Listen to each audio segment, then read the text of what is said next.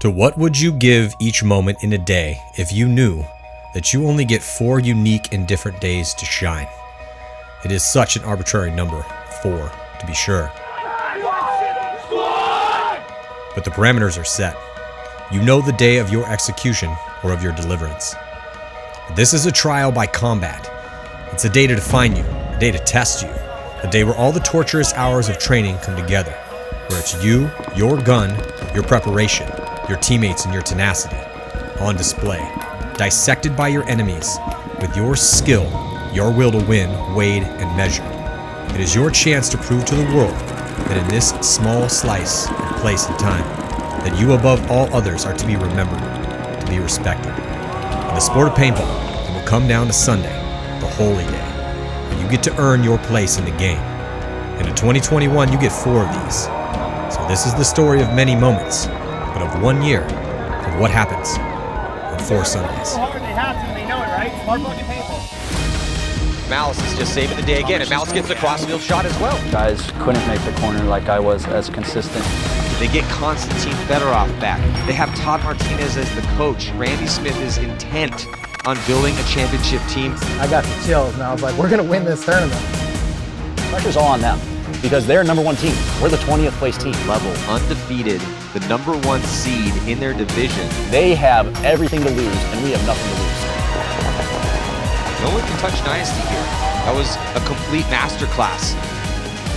You go to bed dreaming you get to play Impact on Sunday and send them home. Then you dream you get to play Houston Heat. Who's the other Titan? Dynasty. There's no better feeling than going up against the big Titans.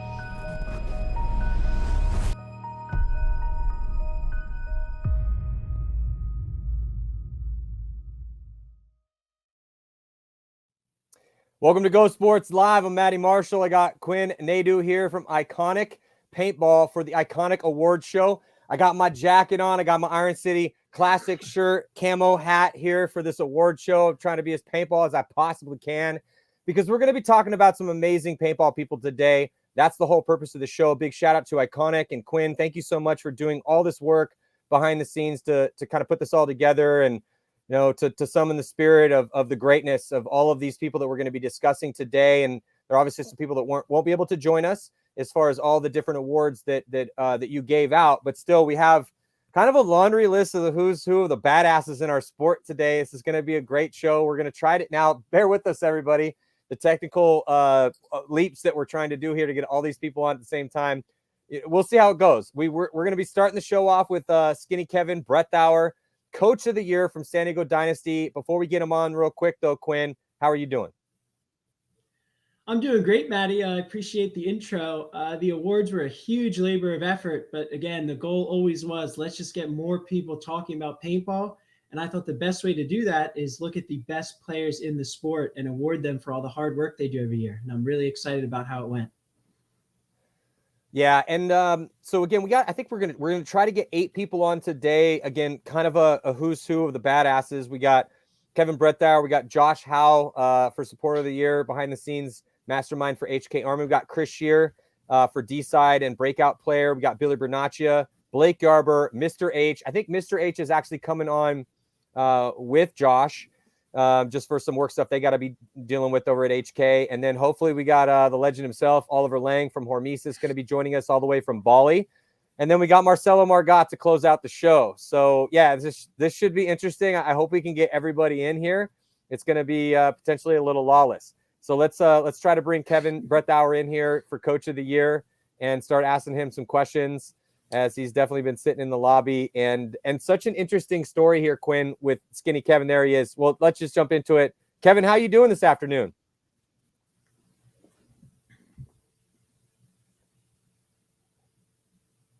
Kevin, you there, brother? Can you hear me? Yeah, I can How hear you doing? I'm doing good. How are you guys doing? I'm doing spectacular. I'm super stoked for this. This is going to be an interesting show. Probably the most interesting one I've ever done, at least in this format.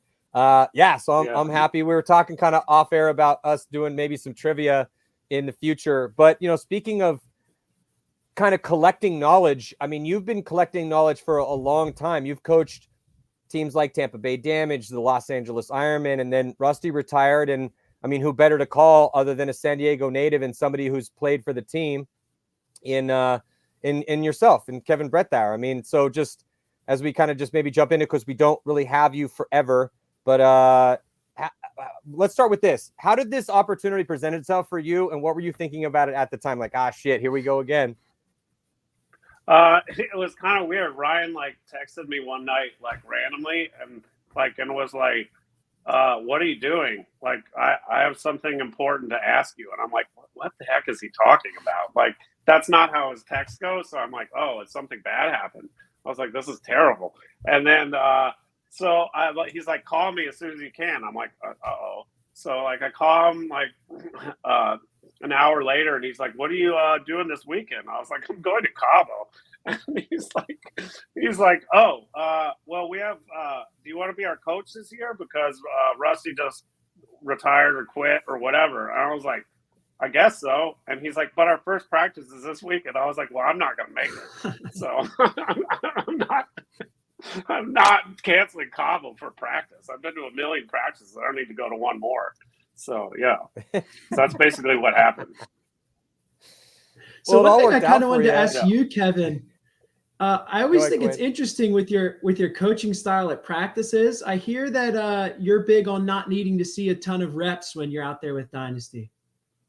Oh, no. The first weekend is a total waste of my time, like every time. Like, it's like Marcello hates it because I like literally the first day I just like sit around and like draw stuff on papers to make it look like I'm doing stuff. But what I'm really doing is letting everyone figure it out the field on their own. I got smart guys on my team, so like they can figure all this stuff out. And once they have tried and practiced everything, then I can start doing my job. But the first weekend is not very helpful for me. So maybe we could just drill down a little bit. A lot of people that, see a moniker like Coach of the Year, the success that San Diego Dynasty had this year, you're coming into a situation with the team that's notoriously hard to coach because they're so experienced and they've been in the deep water in our sport so many times and they're so knowledgeable. So I mean, as far as lessons to impart upon the rest of the paintball populace here, as far as maybe not necessarily rules, but principles, I mean, like what works for you dealing with the chaotic magic that is San Diego Dynasty? I mean, I know all of them well enough and I mean, I've coached them before, like a long time ago. Like I coached them for like a year and a half or 2 years. I don't remember how long, but so it's not that big of a. So a lot of the guys I've coached before, like some of the newer guys, like Marcello and Blake, I hadn't really coached before, and Mikey, but like and Arturo actually too. So it's not that. I mean, honestly, it's not that hard. Like it's just getting people on the same page is the difficult part. Like because like Ryan and Marcello love arguing about stuff. So, I mean, really, it's just like in the end, I just decide what I want to do anyway. So, like, yeah. So as far as deciding what you want to do, so you're dealing with Alex Frazier, Marcello Margott, Ryan Greenspan, and then, a cast of some other guys that are less vocal but equally important. And that was kind of the magic you guys did have. I mean, you had an elite threat emerge in Mike Urena. You had a resurgence in Alex Frazier's career. You had Marcello Margott win the MVP, but play two separate positions. So, which is kind of one of the big successes that he had. And again, weighted, towards when we were kind of thinking about who had the awesomeness this year. Then, you get the two wins you had. Marcello played two different spots, and you had Dalton injured and not injured. Blake emerging as this insane creative threat up the center, also getting an award. So you had all these different weapons to deal with. How does one go about, and you had some awards yourself that you wanted to give out too. We want to get to that before we got to let you go. You got a hard out you got to get to. But yeah, just answer that question for me. Again, you do have, like some teams have embarrassment, like with the Latin Saints, it's a big story right now. They're just, Diego's building a superstar squad. He's got insane studs on his team. He's paying dudes good money to play this game right now. He wants to build a winner, kind of same situation that we had with these other superstar teams that came in pushing their weight around. And now he's pushing his weight around with their squad. But you guys don't necessarily have embarrassment of riches. It's more of like talent. And then how do you deal with that though, especially as vocal as those guys are? But that is kind of part of the chaos that that it kind of works out for you guys. And then I want to hear your awards. But yeah, give me some of that. Oh, okay. So I think I haven't coached in like a couple years or several years. So the first one I really didn't know, like I don't watch any of the stuff at all. So I really didn't even know like guys' names, like anything at all. I think since they had Rusty as a coach for so long, for some of the guys, I think it really helped because then they sort of like got a new. I just think like at some point people, no matter what kind of coach you are, you get tuned out. Like after a couple of years, like it's just like whatever. So I think for some of the guys like Mikey and Blake in particular, I think they got like they got kind of revitalized, and I got to unlock some different parts of them. Like so, I think that like just doing that and just like I don't know, like this is the happiest I've ever seen Alex ever. So like it was like really easy because he was super excited to be at practice, and he's never been like that. So I was like, this is way easier than usual. The only time it was hard was when Ryan was hurt, and then he was trying to tell me like how he would do it, and that was a pain in the ass. So as soon as he got back on the field, it was a lot easier for me. So maybe Quinn, if you could kind of set the stage for these SK Skinny Kevin Bredthauer here awards that he wants to give out. I don't know that very much about this, but you're here and it's your stage, man. My friend. Yeah, I don't know a ton about the potential Skinny K award recommendations he has either. So I think before he heads out, I'd love to hear what his thoughts would be for the 2022 awards and how he'd do them different. So I have a couple that are pretty good, I think. So the first one is I think you should get a trophy if you get relegated. I think that's just standard. I think you should get one. The second thing, I have two other ones that I think are actually really good ideas. And it's good for like the whole social thing. So I think there should be an award for the coolest looking pro gun, like individual, like, because everyone seems to be doing these custom things. And I think that would be really cool. Like, because then you could be on like the worst team and still be able to win an award. Like if your gun looks cool, I think that's really awesome. And I love that idea. I also think I love that idea. Yeah. Yeah. Cause it's I think it's neat and like it helps everyone, honestly. So I think there should be like a trick shot award for like any type of stuff people do, like videos like pros do online and just do trick. Like they have those basketball ones where they're like, or pool shots where it's crazy. I think that would be a good one. Yeah. I think throw 2 paintballs in the air and shoot them out, or 4, whatever you can do. Like we used to be able to do that. Yeah, and that could be cool too, because you could have kind of random people also putting entries in. Yes, exactly, and it just adds to creativity. So it'd be like a slam dunk competition, and by the end of the year, it'd be nuts. So like, there's going to be some cool stuff. And then I think I like that one a lot. The other ones that would be good are instead of like best match, I think you should have the biggest upset. So for like this last year, like I lost a black coin to Ryan because I bet on Impact against Level, and they Level won that match. So yeah, thanks Dave Baines, thanks.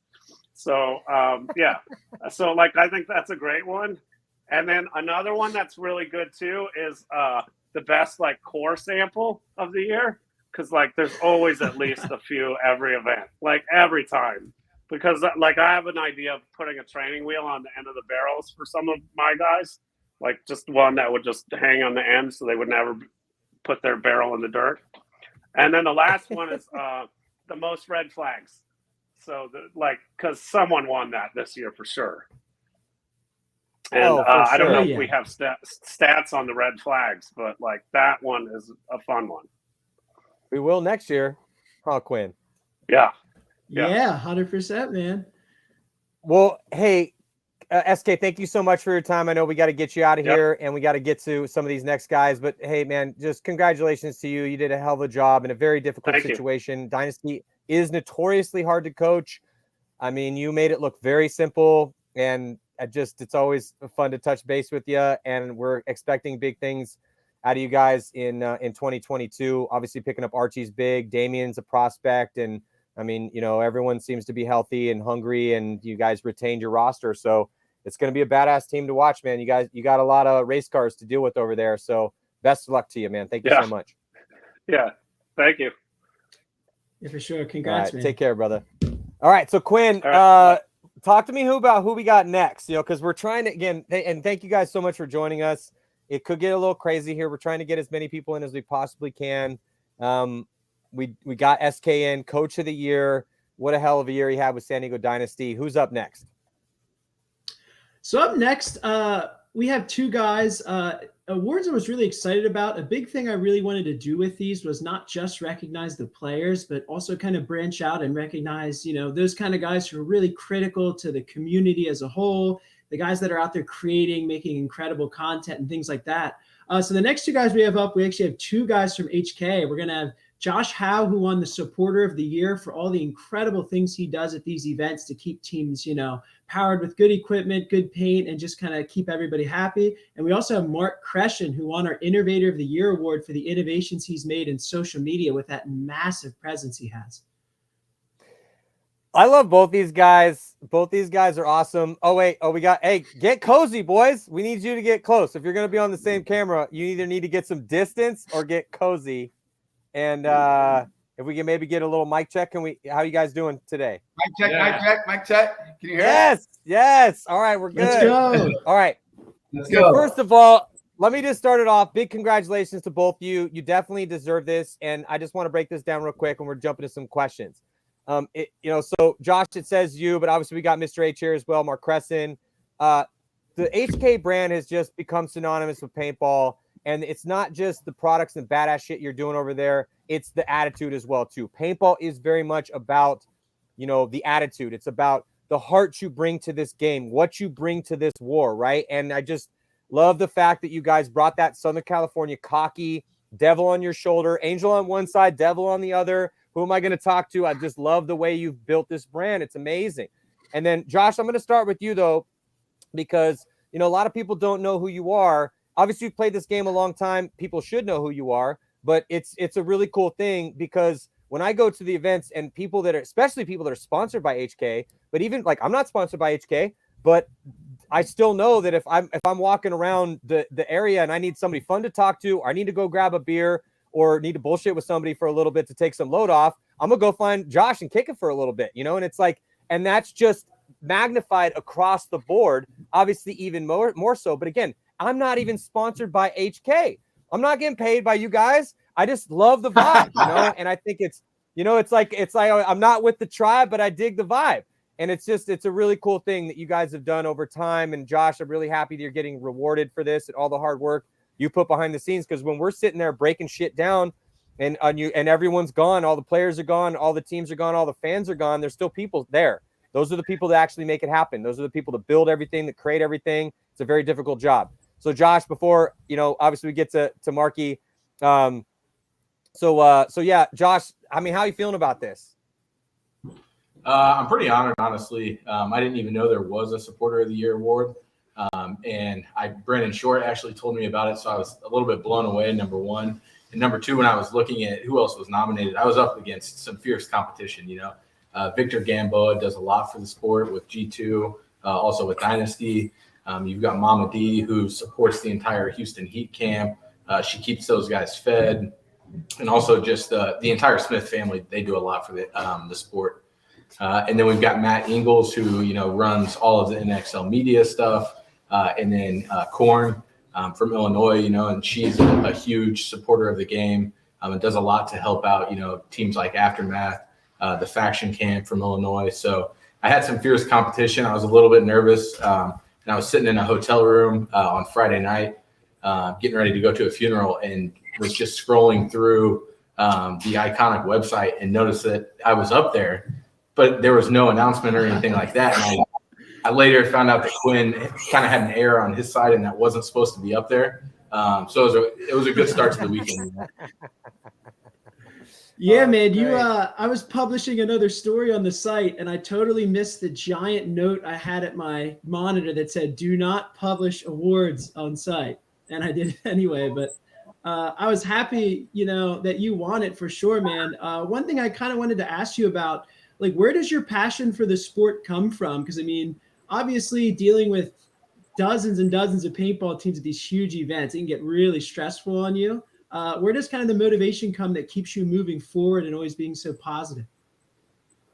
It's kind of a tough one, honestly. The first time I went and played paintball was for my cousin's birthday party in 2001. And after that, I fell in love. I got a job at the local field. I would show up to the field in the morning, ref all day for a case of paint. So that was fun. Looking back on it, I was getting paid $14 for like 14 hours worth of work, pretty sick. But and then I started, going to all the national tournaments. The HK guys asked me if I wanted to start, working random events with them. And then I flew out to Hawaii with Marky and Josh Myers, and they were talking about needing a sales rep. So they were in Illinois the next weekend, and just kind of put me on the spot and said, if you want to move to California and, and work for us, you can, but we need an answer before the end of the weekend. So ever since then, it's just you just kind of get used to going to the tournaments. It is a lot of hard work. It is stressful. They're very long days. Every now and then you get rewarded with, a nice meal at the end of the tournament, and I'll see all you guys at Charlie's. But, for the most part, it's just, it's still fun to me to go to these tournaments. And it's not just drinking beers and seeing old friends. It's also, it's just fun to be around paintball. It's not fun when it rains for 12 hours and you're stuck out in the mud, but for the most part, going to these events are fun. And like I said, you get to see a bunch of old friends, have some good times, and, see some fun paintball matches as well. And just for people that don't quite understand, just kind of break down one of those days. Like, let's just take the very last day of the event. I'd argue kind of the hardest day that exists for a person in your position, because you have to get through the entire week. So you got to set up, you got to deal with everyone, you got to run the booth, and then now you got to break the booth down. So just paint me a picture for people that don't understand what goes on behind the scenes. And this is, for, Josh at HK, there's a Josh at each one of these people or places, so there's one of those people at every single one of these places that has to do the same stuff. And it's taxing. It's hard, man. It's a rough thing. It's not a fun job to do. So just kind of like a breakdown of Sunday for me. So Sunday, and if you ever come into the booth and I seem like I'm not having a good time and I seem like I'm in a bad mood, you're getting ready to understand why. So it's Sunday, 4:30 in the morning. And I'm up, get dressed. We stop at Starbucks, get some Starbucks and, some sort of bullshit Starbucks sandwich. Get to the field by 5:45. And 6 o'clock on the dot, unzip the booth, and right away you've got people lined up for paint tickets. They need a swab. They need whatever the case may be. Fast forward to 2 p.m. and we start tearing down. Now, not only do you have a paint book that has 80 teams in it, some of which who haven't paid their paint tab yet, you also have 4 employees who you have to keep busy. You have thousands and thousands of dollars worth of product that has to be packed up nicely so that it's not damaged and can be, used at the next event or sold, somewhere along the line otherwise.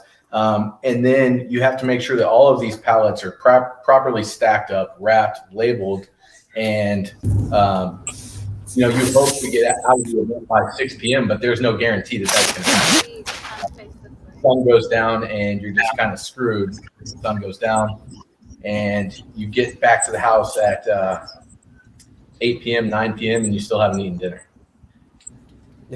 Yeah, so, you're going on like a 16-hour day before you even get to that magnificent Sunday night dinner, which, is sometimes glorious. But again, it's people need to understand that, look, paintball on the facade is amazing. Obviously, we're always showing, and we're always trying to prop up the baddest players, the baddest teams, the most amazing products. Obviously, Marky, we're going to get to you here in a second to kind of, this actually is a kind of a little bit, put this on a tee for you.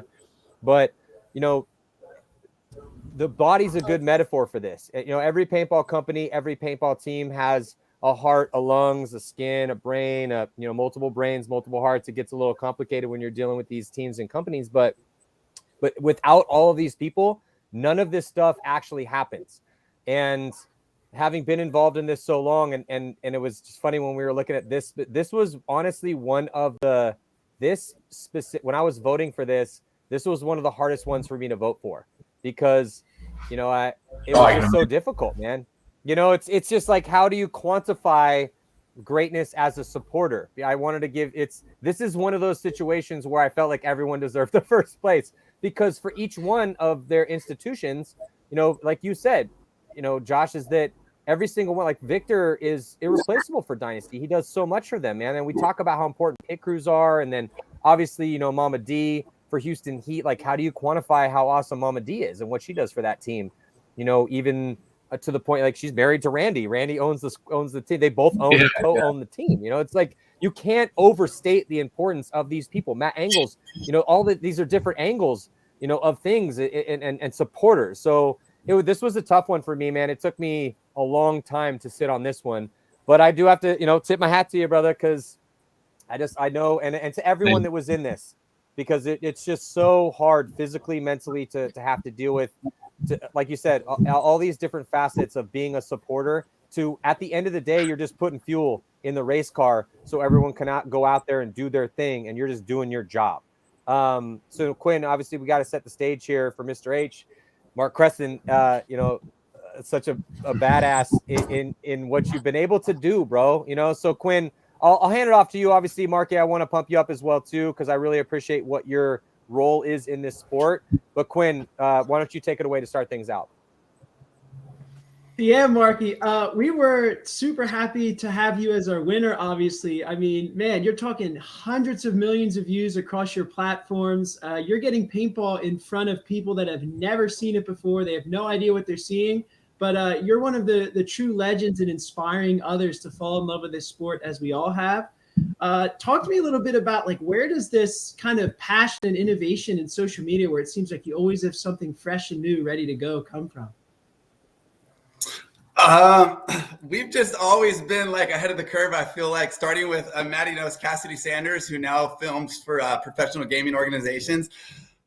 He was ahead of the game as far as editing. Everyone's kind of copying his style now, which he did 10 years ago. So we're always like, I feel like a step ahead via the media. And this last year I went heavy into TikTok, and I was even talking to Greenspan. He's like, I'll never use TikTok. TikTok's for little kids dancing. I'm like, I'm telling you, you should do TikTok. And now I got 1.3 million followers on TikTok. That's all I'm doing is posting and promoting paintball to these kids who are the exact age that we want to play. These are 12 to 18-year-old kids on TikTok. And it's been amazing for the brand of HK Army, and it's been amazing for the sport of paintball in general. So we're always willing to take that risk with different platforms and go big on it. And last year I felt TikTok was a big one, and we really pushed hard on TikTok. Yeah. So, man, I just, Marky, we've known each other for so long. And honestly, bro, I'm a fan. I've told you this in person, but to me, it takes so many, it just like with, again, I just also think it's very fitting and ironic almost that we have you and Josh on at the same time. Using the body metaphor is that there's so many different things that need to happen in order for a body to exist. And so for HK Army to exist, and then if we take that so that's the microcosm, that one company, take it to the macrocosm in the sport in general as this big thing, as like entity, this big beast pushing into the world, like we have to have somebody that does your job, dude, and you do it really well, and you have to be entertaining, you have to be, big energy, and like that is hard to do. And I just, I've talked to you off camera behind the scenes before, and yeah, that is part of your soul, like that's part of your personality, if we're hanging out and chilling, like you are a big personality, but also it's a thing that's like that, it's like you have to understand, like, hey, what's going to move the world, right? Well, somebody has to be, it's like somebody's got to tell, I have to do my job. I'm glad that this is why I'm trying to, hype up Quinn and Iconic, because somebody has to do what Quinn's doing. And now they're going to be doing the stats. People need to do the shit that you're doing. And then obviously, with all the companies making and selling the products and the people running these stores and fields, like when you do take the 30,000 foot view of all of this, you have to appreciate what you're doing and how you're doing it, the methodology behind it, the method behind the madness, because yeah, like people could watch this and be like, they could watch it go down in on your TikToks and be like, oh, dude, he's just kind of just playing this role. I'm like, nah, dude, like it's an important thing, bro. And then also HK as a company and what they've done, again, embracing that brash personality. I could kind of rant for this for a while, but I just want to say, hey, bro, I put my suit jacket on for everyone today. But I do got to tip my hat to you, brother, and everything that you've done, because as far as, at the end of this is one of the things I constantly talk about. Somebody has to make people care. The operative word in that sentence, the verb, is make. You're making somebody do something. And you're doing that by telling them a really cool story or showing them some sort of spectacle or making them give a shit because of this, amazing magic that you have brought to their eyeballs, right? And Marky, you do that as good or better than anyone does in this entire sport. And that's why you get this award, bro. So I'm super happy that you're in your role. I'm happy that HK Army exists. And I just think it's a really cool thing, man. What do you think? Hey, I appreciate that so much. Thank you very much, Matty. We try our best to do everything at the highest quality. As you can see behind me here too, we've just built out a brand new podcast facility to do it at a 4K high level, great quality, because we think paintball deserves good quality content. And so we want to just keep pushing out good, high quality content for the players because they deserve it. Like you said, everyone has a job. I know what my job is here, and that's to get people and attention on paintball and HK. And, Brandon Fort has his job, and Jay has his job making the products and the designs, and Josh Myers has his job, which is sales. And we all know our roles, and we're all pretty darn good at our roles. So, and I love what I do. I love creating content and causing a little bit of a scene here and there. But I'm just stoked that you guys picked me for the award, because I definitely put a lot of years busting my ass. So it means a lot from you guys. So I really, especially Matty. So thank you so much. Well, it's definitely obviously, sure, man. Go for it, Quinn. Take it away. Oh, I was to say, I just think what the most incredible thing with you, Marky, is I think obviously you have this huge personality. You're always out there, but like all of it is just founded in your love for the game, man. Like you do so much to support players that people just never hear about. You know what I mean? Like you're always ready to ride or die for the sport. And I just think that's such a special thing that you don't see, in paintball so often. Yeah, it's cool too, because and Matty knows, so Justin Shores, Justin, he gets to work with us.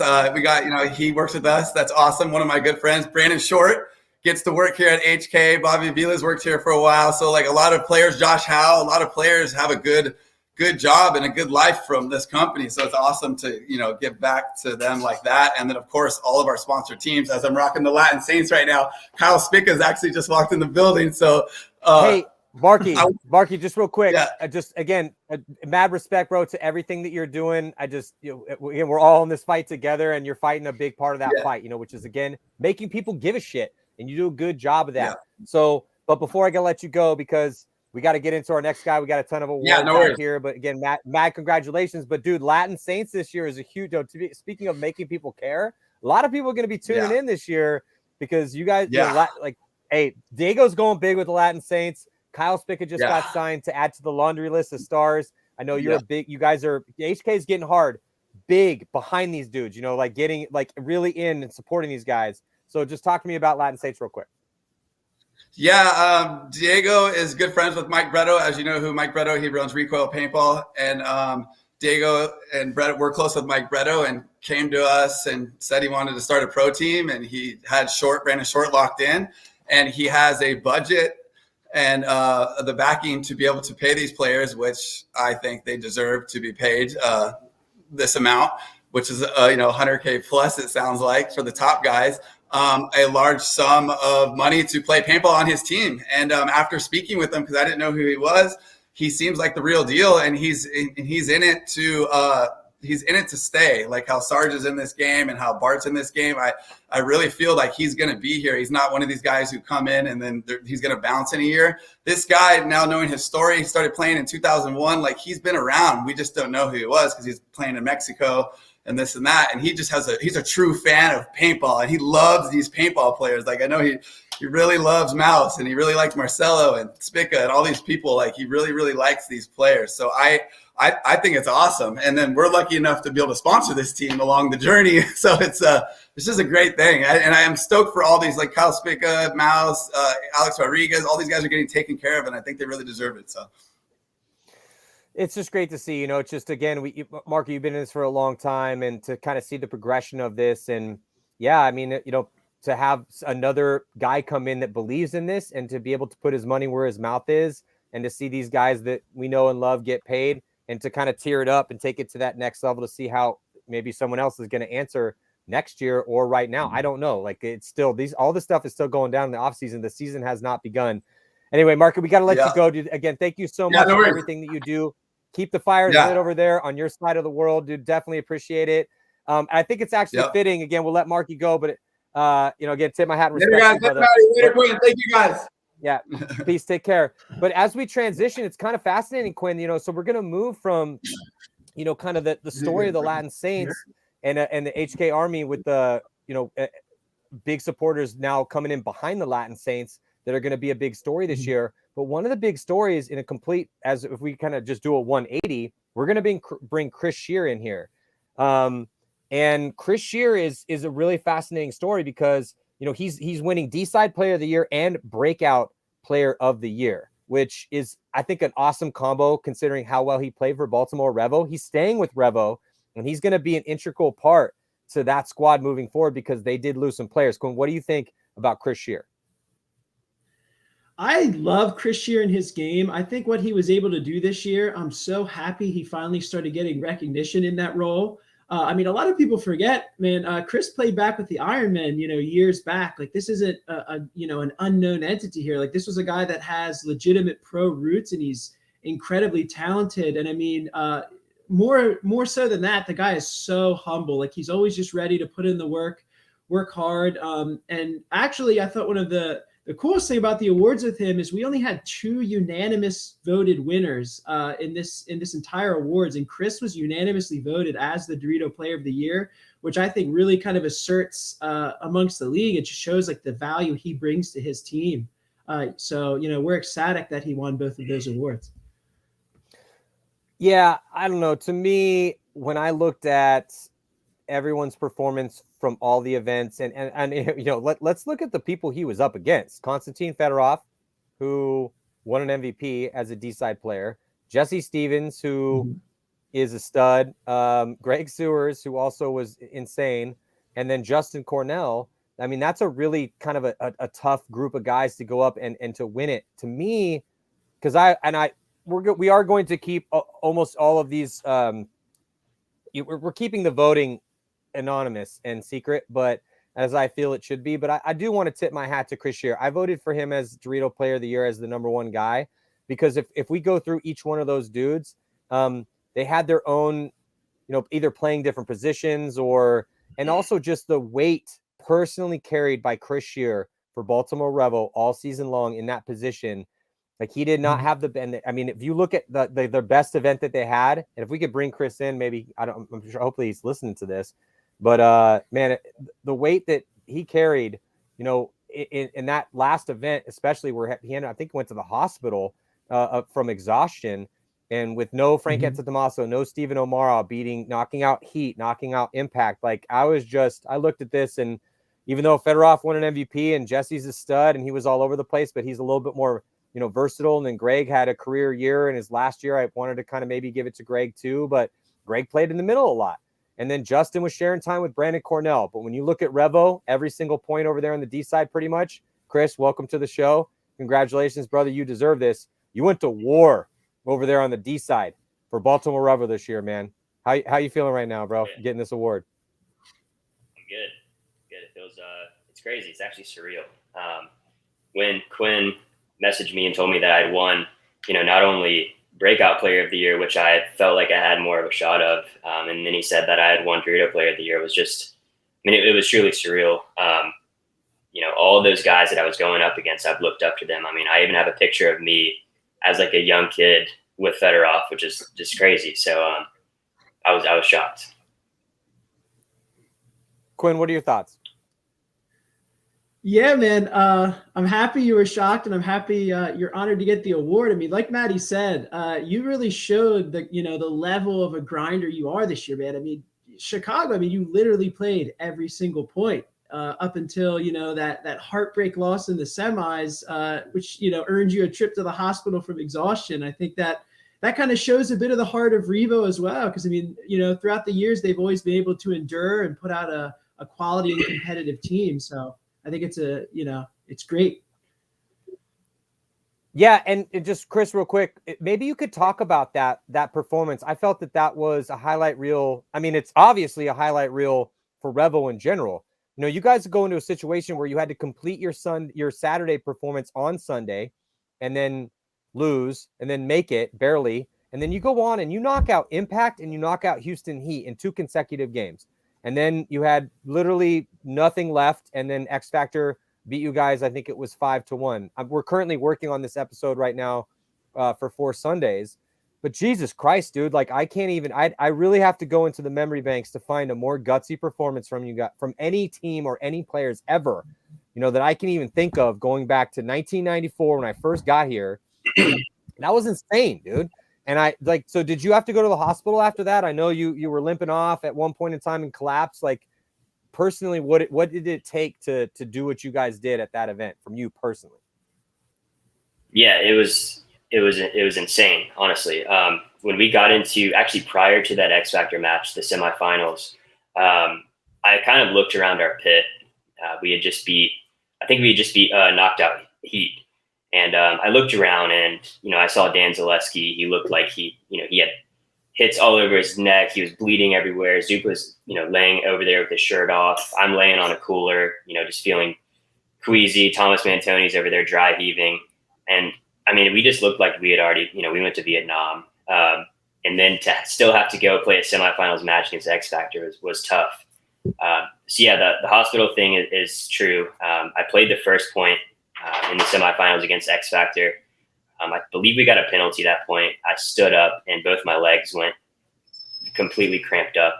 I knew at that point I was pretty much done. And from there, everything just started getting delirious, heat exhaustion type stuff. Ended up going to the hospital and had what they call hyponatremia. So my sodium levels had washed out a lot from all the water that I've been drinking. And I guess I'm replenishing enough electrolytes and sodium. So it was definitely a scary time, but we pushed it as hard as we could. Yeah, literally, man. I mean, it was evident. It looked that way. I remember walking by your guys' pits before that X Factor match and kind of looked at you guys, and I had said something like, "Oh, how you guys feeling right now? You guys got this? You feel good?"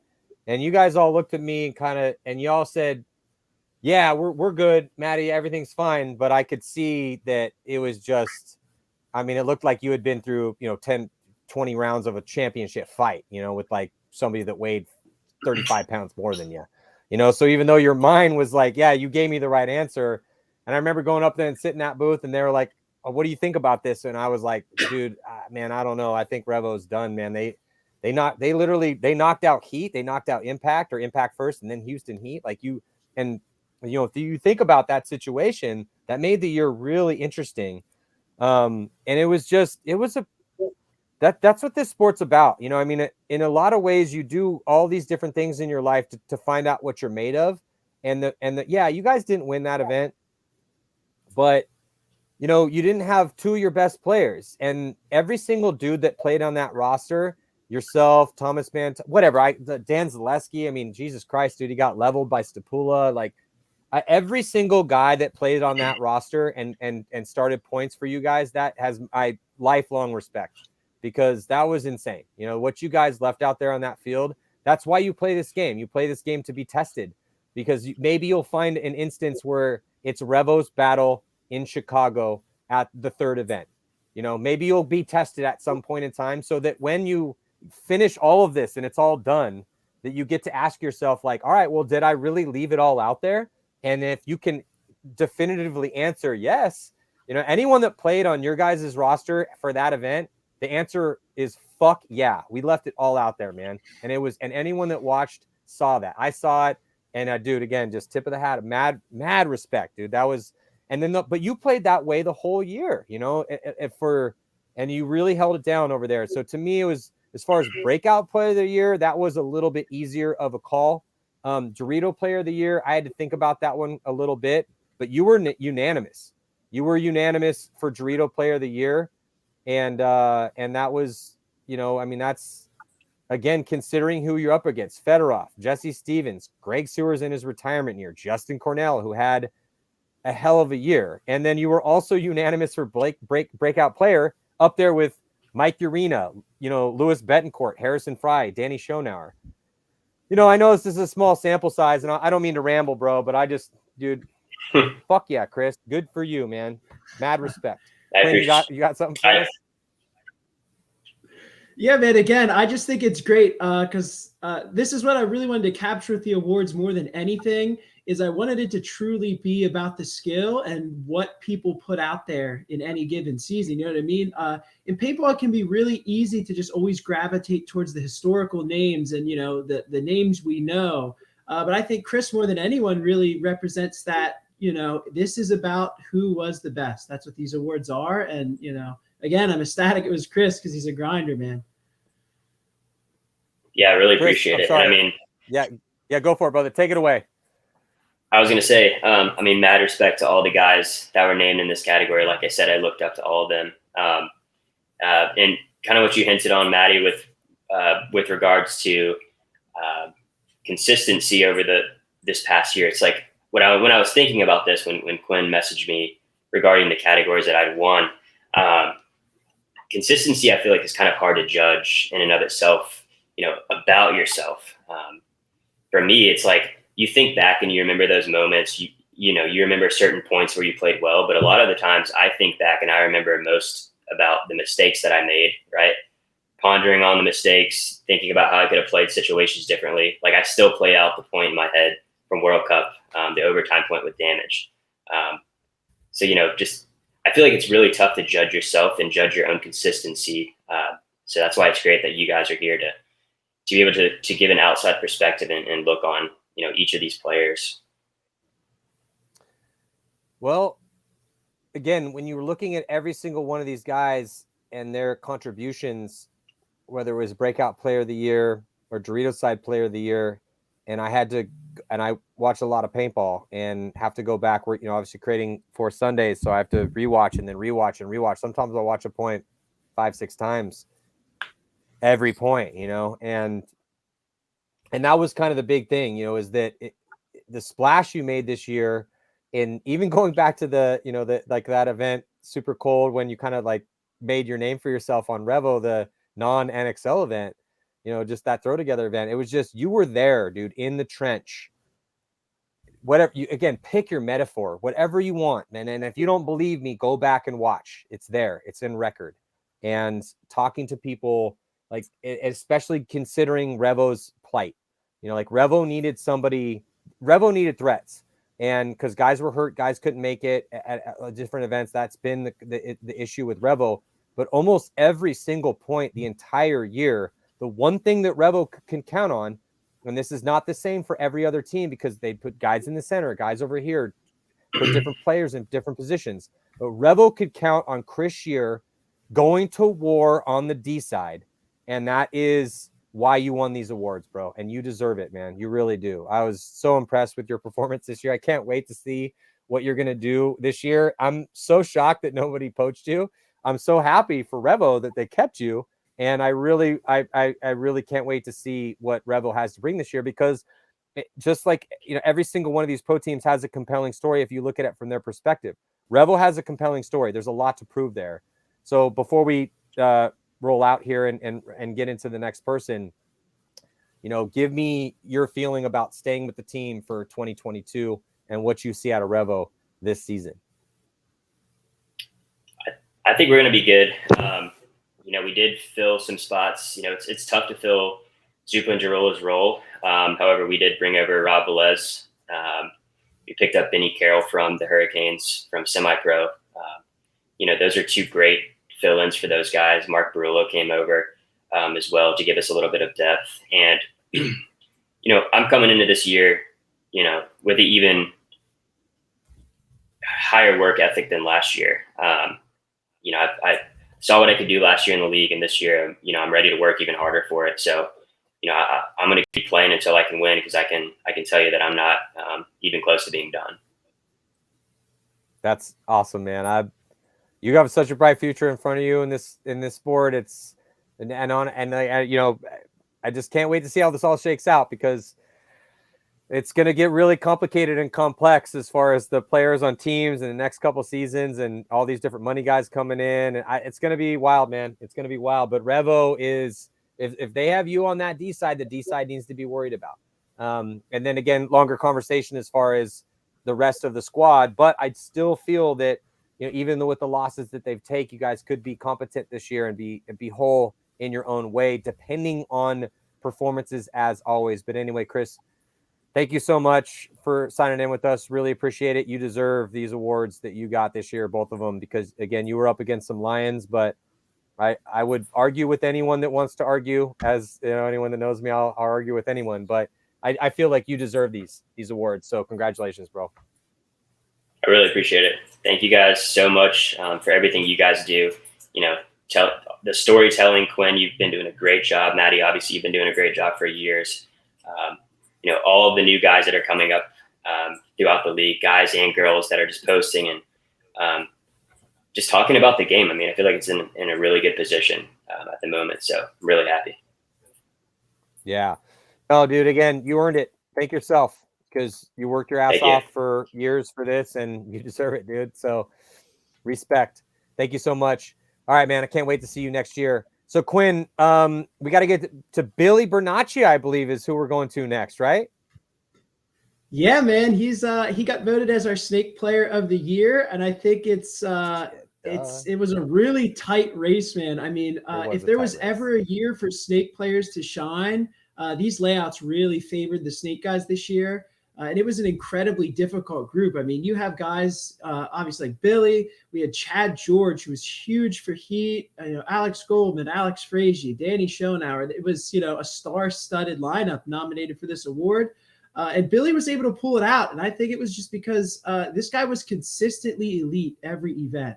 I mean, every event from start to end, he brought, every piece of what he had. And we saw 2 finals appearances from X Factor because of it. So, super excited that he's the Snake Player of the Year. Yeah, it's interesting too, because when you do look at it, so you're going up against 2 MVP award winners in Alex Goldman at the first event, Alex Frazier at the third event, and then Chad George, who is just a lion in the Snake and just a beast, elite. Again, just pick the way you want to describe it, but Chad George helps define what Snake players are. Danny Schoenauer, really stepped up and proved himself with the upcoming level. So we had to put him on the list. And then, but the fact that Billy was able to win this one, man, but honestly, it doesn't really surprise me, because Billy Bernacchia is one of those guys that he's always impressive. He's always been relevant. He's been a guy that, and we're going to try to get Billy in here in a second. We're dealing with a little bit of an audio situation with Billy. Hopefully we'll get him dialed. But this was one of those where he was another unanimous decision.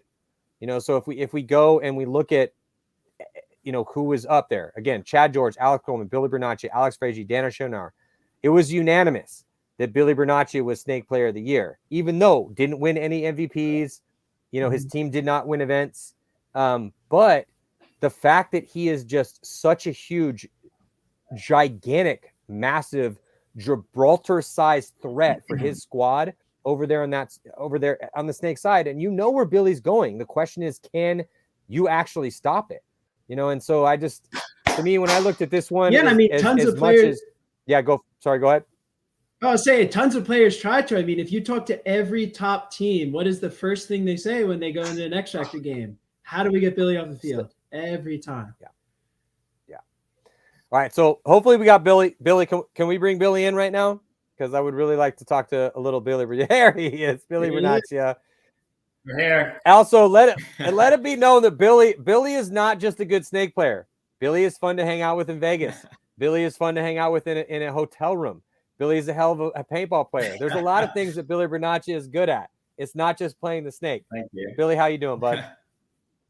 Great. How you doing, Matty? It's great to be here. I can really appreciate what you guys are doing for the sport, and I'm honored to have the Snake Player of the Year award.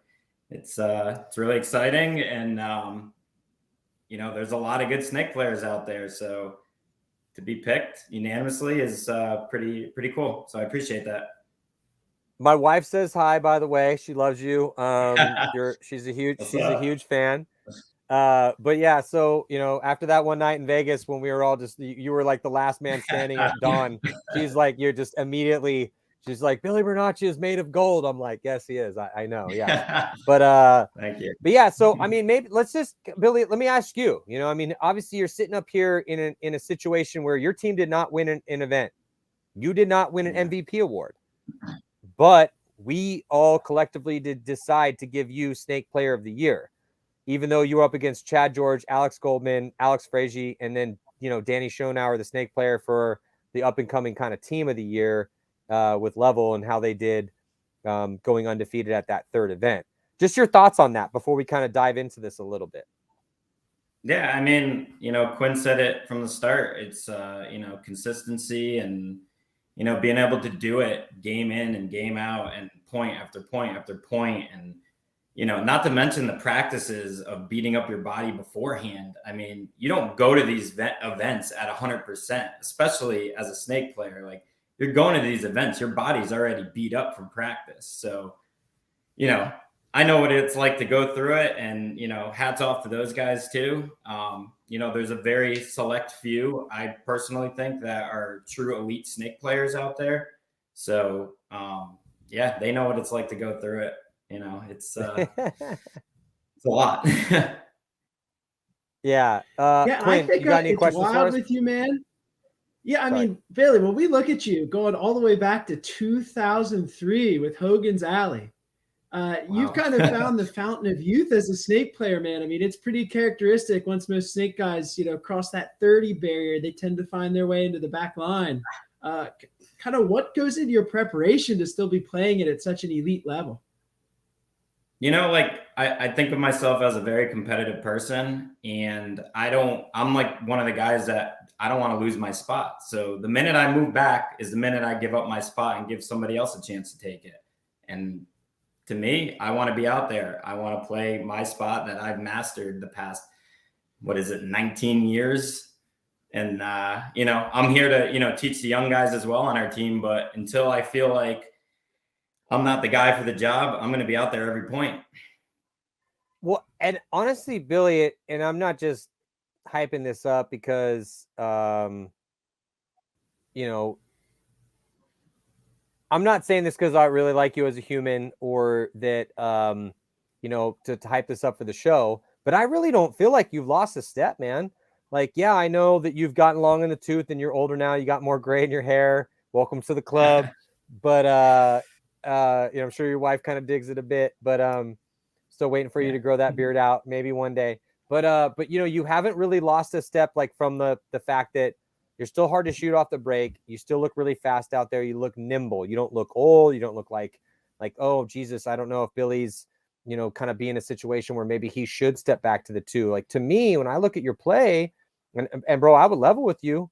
I level with everybody, man. And I, especially behind the scenes, but I just feel like you've only really continued to refine your game. I mean, you're still that same guy that, and it's kind of like when you look at how, again, with mixed martial arts and how some of the best mixed martial arts practitioners and the guys that are world champions are in their late 30s, early 40s, because it does take so much of your brain power to master all of these different elements, all these different different things and mental pathways that you need to know. And I feel like that's where you're at, So I'm kind of just railing this up here because I don't want you to retire, dude. So please don't hit me up and be like, that's it, Matty. I think next year I'm over it. Listen, just because Grady retired doesn't mean I'm going anywhere. Let's just that's get in that my mind. Gronk's going to retire. You're the snake. Yeah, you're the snake, Gronk, and then Brady's now retiring. I'm just saying, bro, Right. like, please don't do that to me. I feel like you Yeah. still got it. So, like this is still in your wheelhouse here. I feel like you've honestly just gotten better. Like, look at what Alex did last year. Like, I feel you could go into the next 2-3 years and just thrive because you when I look at you in situations, Billy, when you get into moments, you're not frazzled, you're putting it all together, you're playing the chess match in your head, and then you will make your decision. And yeah, sometimes it doesn't work out, and a lot of times it does. But as I say, and I have this conversation with every leader of every team, I'm like, you need an elite snake player, and he needs to win that battle 6 or 7 times out of 10. You're that guy for X Factor. You do win that battle 6 or 7 times out of 10. So, and then now with the way that X Factor is continuing to build their team, I'm thinking, okay, well, look, and I think it's good that you lost Archie in a way, because that's going to motivate everyone. If you look at what happened to Dynasty, they lose Tyler. What happens? They go third, first after losing Tyler. Yeah. And so I think with you guys, I feel like a fire is going to be lit under your ass to go out there and be elite, to prove to the world again how badass you guys are. So I'm looking forward to seeing it. What are your thoughts? Yeah, 100%. And thank you again. Losing Archie, it was tough, but we knew it was coming, and it definitely lights a fire in our ass. I understand why he left. I don't agree with him, but I respect it, and I definitely wish him the best, and I hope he finds what he's looking for. But we're coming for his ass. I mean, Dynasty is the team to beat right now, and he just went to the team to beat, and I mean, coming for his ass, friend or not. 100%, dude. That's how it should be, dude. That's how this works. So no, I'm excited for it. I just think that I always you're one of those dudes that you don't really ever flirt with it. Never one time have you been like, oh, I don't know, Matty, maybe I'm done or this or that. Cause there's a lot of dudes that's kind of how it goes before they actually, cash out their chips and take off. You've never been that way. Like it's just been nothing but dialed in, focus, razor sharp for you. And just, I get the eyes and I'm just like, oh, Billy's dialed right now. Okay. This is going to be cool. And you've literally been that way the entire time. I'm blessed. Well, I've never seen someone more focused. Sorry. I've been blessed to not have to go through any. Billy. Yeah. Sorry. All right, Quinn, go ahead. Ask Billy the question. I'll say, dude, I've never seen someone more focused than you at a mechanical event either, man. I think it's great how much passion you have for the classic side of the game as well. Because I mean, you're quite the deadly stake player in that with all the wins you racked up. Mm-hmm. Yeah, I mean, I love paintball, period. And what I was saying is I've been blessed to not have to go through any serious injuries, and I've done a good job of taking care of my body. And mechanical is the start of it all. And I never got to play mechanical. I came right into it when it was 10-man and X-ball, and we were shooting electronic guns. So I never got a chance to play competitively with the mechanical guns. So, I got out there for my first tournament at the ICC, and I won it with X Factor, and I just got addicted. And, I just got back from the ICPL this weekend, and I won it again with Shock. So it's been a good ride. Oh, you were on Shock, you son of a bitch. I was on Shock. I got to play with the legends like Todd Adamson, who I've always wanted to play with him, and it was really fun playing with him, and Paxton and Brock, and I had Meter with me and Alex Martinez, so it was a great time, and we took home the win. All right, you got to come play a 10-man with me at some point in time. I'm going to steal you. You're gonna play in Cat Factory. We're going to give you whatever you need. I'm coming out with some Matty Marshall autocrockers this year. I don't know what we got to do to make this happen, but we got to do that. Yeah, I'm in. Let's go. But Billy, again, it's so as a San Diegan, and I'm not a huge surfer, but one of the things that is kind of a thing for surfers is that it's like, okay, well, you can go ride little waves, big waves, short boards, long boards, but at the end of the day, people that appreciate that specific athletic endeavor, they appreciate the people that they kind of call watermen, and a waterman is essentially somebody that, and I'm not one of those people, but I appreciate it because especially even more so because I'm not one of those people. is that they can do it all. They'll go out and do epic, long, huge swims. They'll long boards, short boards, big waves, small waves. They'll carve up, a short wave for fun. They'll go ride a huge wave straight just to get in and just get barreled, whatever. But the point is that you're just experiencing that moving of energy in its own unique way each time. And I have to truly appreciate the people that play this game for that seeking of the paintball battle energy. You're one of those dudes, man. Like the guys that appreciate 10-man, the guys that'll go play a big game, the guys that'll play a mechanical event. They'll go out with their guns blazing and go play an NXL event. They can play the snake the hardest. The first attacker in the snake is the most difficult thing to do. That you guys set the tempo and pace for everyone else. We're all playing off of what's happening with you guys. So you are the paintball equivalent of a waterman. And I think that that's a really cool thing. That's a special thing, Matty. I appreciate it. And it's crazy because the snake game has really evolved. And, it's not about the fast guy that can get there quick and crawl down and get the kills. It's a more methodical game. The game's truly evolved. And the guys that can process things faster and that can understand routes going to the snake that, a couple steps back or forward are going to make the big difference. Running lower or higher is going to make a difference. And the guys that are understanding that are the guys that are in this category as well with me. 100%. Well, Billy, thank you so much for your time. I really do truly appreciate it. And I'm really looking forward to seeing you playing for the next 15 years and setting a record for how long somebody can play the one on the snake side. I got at least 11 years till I'm 44. Brady went till 44. I'm going.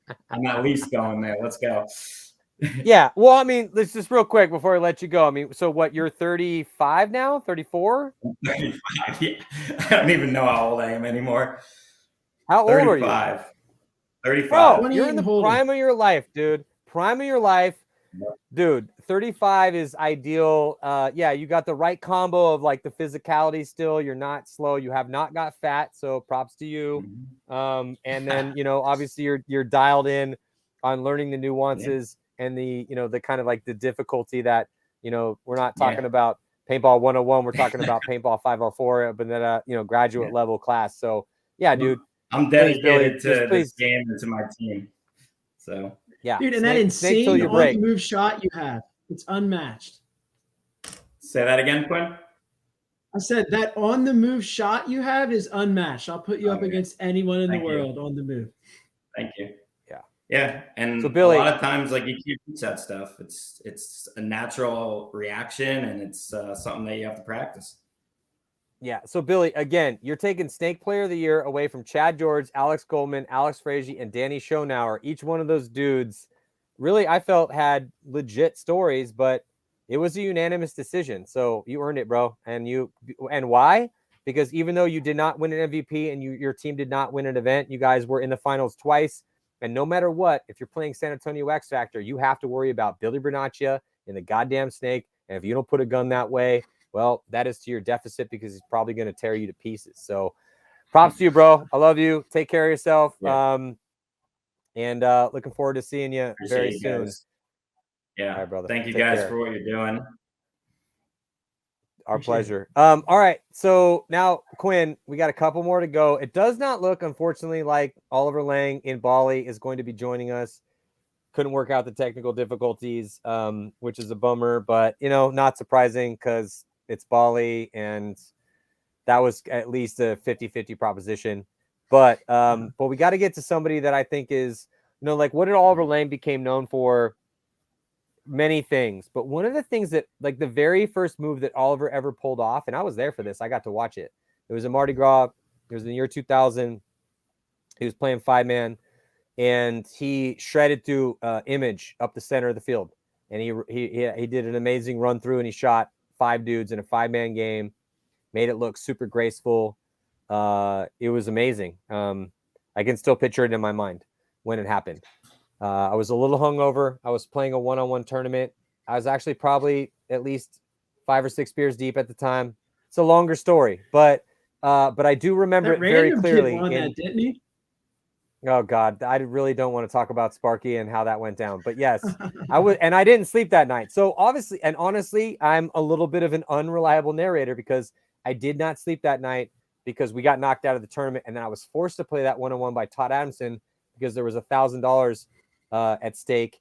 And I was like, dude, I did not sleep last night. And he's like, I don't care. I already paid for you for your entry, so you have to play. I'm like, well, I'm gonna need some shit because my shit's not even here. Anyway, that's it for another day. Point is, Oliver got paintball famous by making a huge, dynamic, creative move up the center of the field. And the person we're going to bring on right now defined creative, aggressive moves up the center of the field last year, and that's why he's winning this award. It's Blake Yarber. And Blake Yarber's a beast. Blake Yarber is another amazing human being to have in the woods. In the zombie apocalypse, if Blake Yarber is near you, lock in with Blake, because I promise you that will increase your survivability. He's going to be the clutch dude for you in the zombie apocalypse if the world ends as we know it. Blake, how you doing, bud? Come along for the wild ride. We got the ambulance here. We're loaded up. You know, we're ready. Zombies, we're coming. Witness me.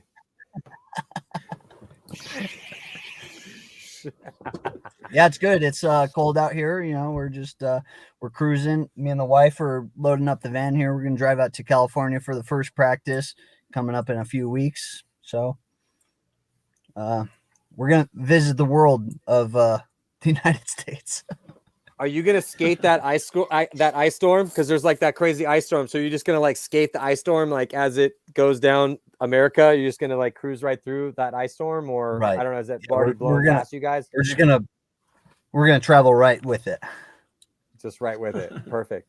So Blake, obviously, if you know, interesting situation for you, brother. We're offensive player of the year, and this was another one where I'm thinking, okay, so if I'm playing Dynasty, and let's say I was coaching against you, who am I scared of? What do I need to do in order to make sure that you know, that we are doing our due diligence to put ourselves in the best situation to win this tournament, to win this game? I have to contain Blake Yarber. And that was a really difficult proposition for everyone that you guys played against this past season. I mean, it typically was, but, you know, so just the creativity and the diversity in your attack in this game. And we've discussed this before. We had you on a show to talk about it, but we got to talk about it again because maybe people didn't see that. And, you know, we're giving you this award for this, but Jesus Christ, bro. I mean, you were like a massive part of Dynasty's triumphant year. 2 wins in a row, a first, 3 wins out of 5. Jesus Christ, dude. I mean, that's just a very high level of excellence. So, yeah. I mean, what's on your mind right now with us just being like, here you go, Blake, offensive player of the year. Congratulations, you fucking beast.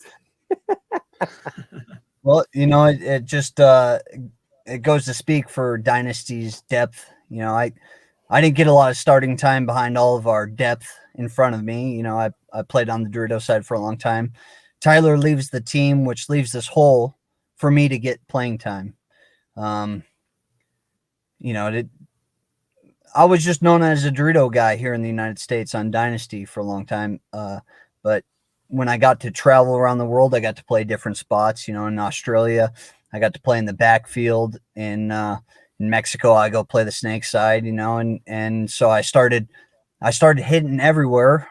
I went over to Europe. You know, and so everywhere else in the world, I got to attack everywhere.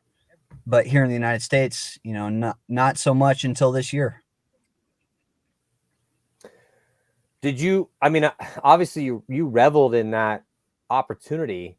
It just also seemed that, and I've noticed this about certain players in certain positions at certain times, but there's almost kind of like a predator mentality that starts to exist when you realize what you're capable of, you know, because a lot of times, a lot of players are kind of deer in the headlights, man. I mean, you're in a situation and you're doing whatever you can to prevail in that. You're like, okay, there's a move, I'm gonna make it, but there were moments where, especially at Cup, where I kind of saw you almost like pause, you know, and then you would just recklessly push forward into guns and do it like a 2-pack run through, or, you know, or like shoot a dude and you guys would blast each other almost to the ground, and trade off, 10, 15 ball. It was just, it was almost that you were kind of like licking the blood off of your sword after slaughtering, or your battle axe after slaughtering your first victim, and then relishing the chance to go into the breach again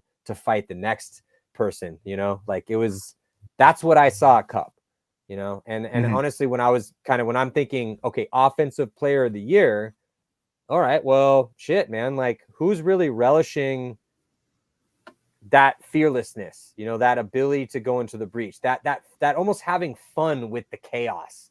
And I feel like that's what made you successful this year, is that you were having fun with that, like, summoning the god of chaos in these moments. Yeah, crash the wave.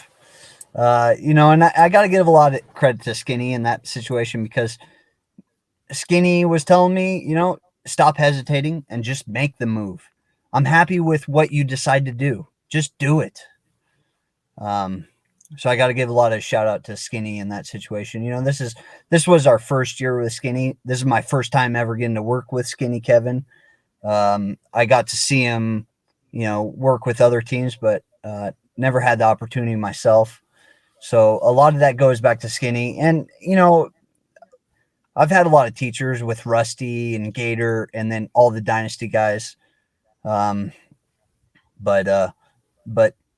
Skinny allowed me to be off the leash this year. Quinn, what do you got, man? Yeah, man. Again, that's, one of the reasons why, Skinny won the coach of the year is it seems like he really knows how to look into a player and identify, those key elements of what makes them great. And I feel like he really did that with you. And he really kind of tapped into the fearlessness you have. And I think one of the reasons I was really happy that you specifically won this award is obviously when you look at the nominees, I mean, you have some of the best offensive players, we've seen ever in, Alex Rydnikov, Archie Montemayor, Harrison Fry, Fedorov. I mean, these are guys that are great, but I don't think anyone has that level of fearlessness that you do. And we actually dedicated this award to Marcus Nielsen, kind of in his memory, because he was a big reason why I jumped into this project and why I did things like this. And that's why I was so happy you won, man, because you represent that kind of fearlessness that Marcus had as well. I mean, this is a guy that was never afraid to go forward, whether it was a good decision or bad. You knew he was going to go cause that kind of chaos. And I think you're a little bit of a reincarnate of his spirit in that way. You kind of, you're fearless and you're reckless at times, but it's always controlled in a way too. Controlled might be an overstatement. It was fun to be able to get this Marcus nomination, because my wife comes over from England. She comes to an event one time and she says, who is this guy in the stands?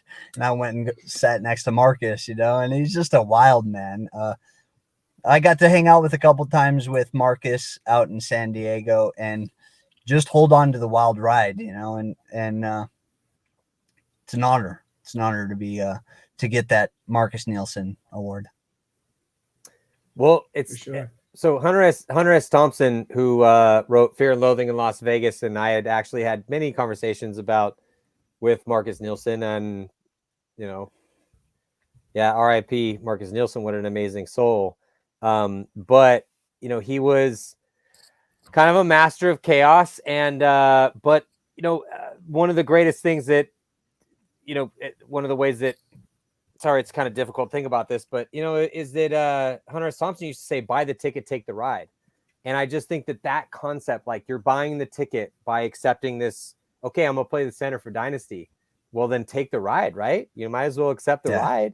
And I just feel that sure. Blake, you very much accepted the ride this year and bought into the fact that, because another thing is that too, like having played enough tournament paintball in my days at a high level, dude, I really need somebody to go cause chaos, because the more chaos that is caused, intelligent, it doesn't matter who you are, ones, twos, threes, it doesn't matter what position you're in. If somebody's worried about what's happening somewhere else, oh my God, that gives me so much freedom. So that's a really good thing. And that was, I feel, when you look at Dynasty's magical year that you guys had with the third of first to first, 3 first place finishes in five events, 2 World Cups in a row, that there's certain, not necessarily rules, but principles, things that have existed in the past and will exist in the future, and that you can draw from this. And one of those, Blake, is you with a fucking mallet up the center of the field, just causing a massive amount of havoc. And everyone's like, oh my God, we have to worry about this crazy maniac up the center, because now that's going to let Marcello do what he needs to do, or Blake, or Ryan, or Alex, or Urena, and then sometimes it's Urena, and sometimes it's Alex. And then you get to be, the sai instead of the hammer. And sometimes you are that, the scalpel in that situation. Your ability to transition, and everyone's on your team's ability to transition, is what's making you guys so deadly.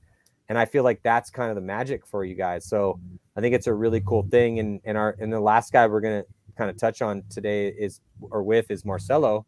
But yeah, Blake, I mean, dude, you deserve everything and all the kudos that you've been getting, because you've been working at this for a long time.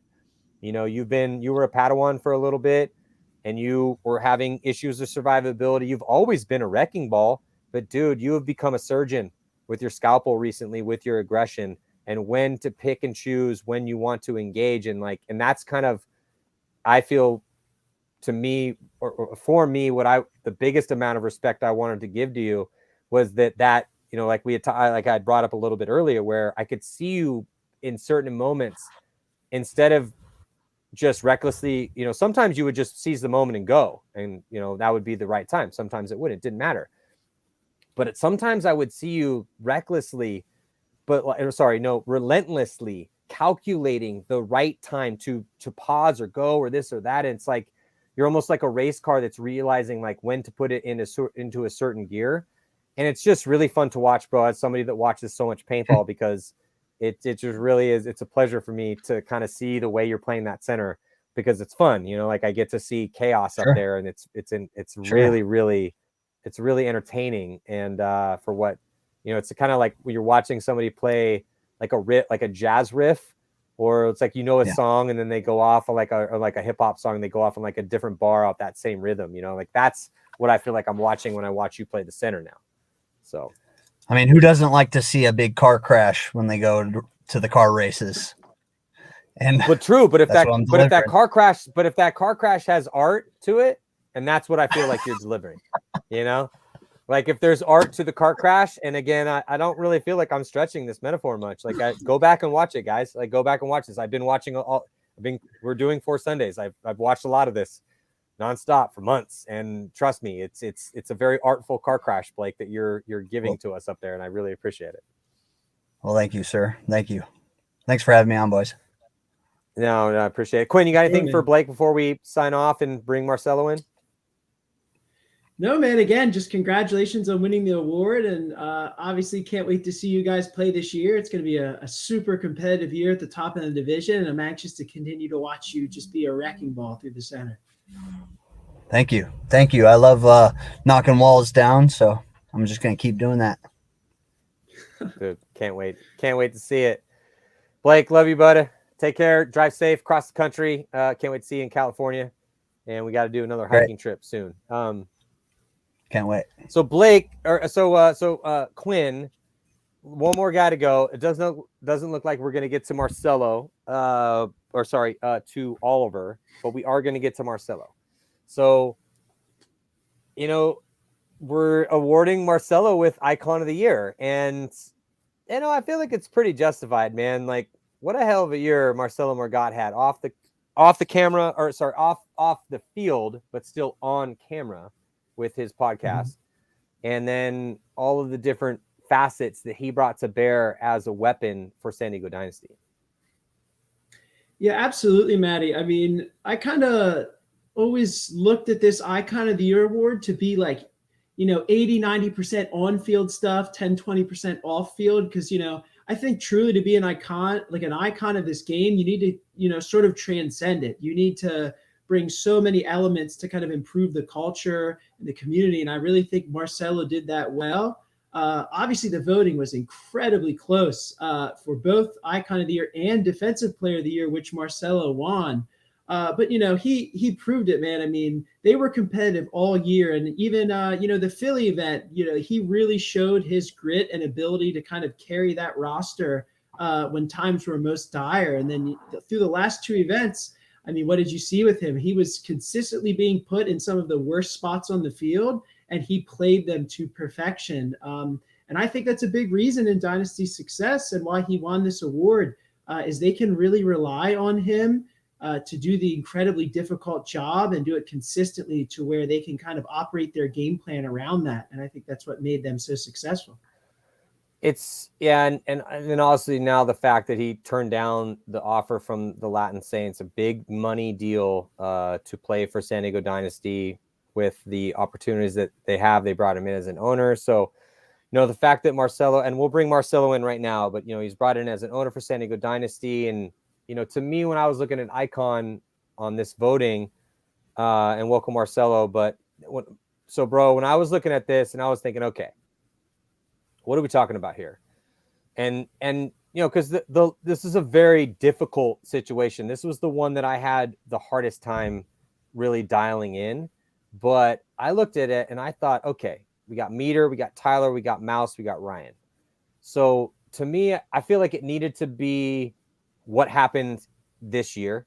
And then also so diversity of ability was huge.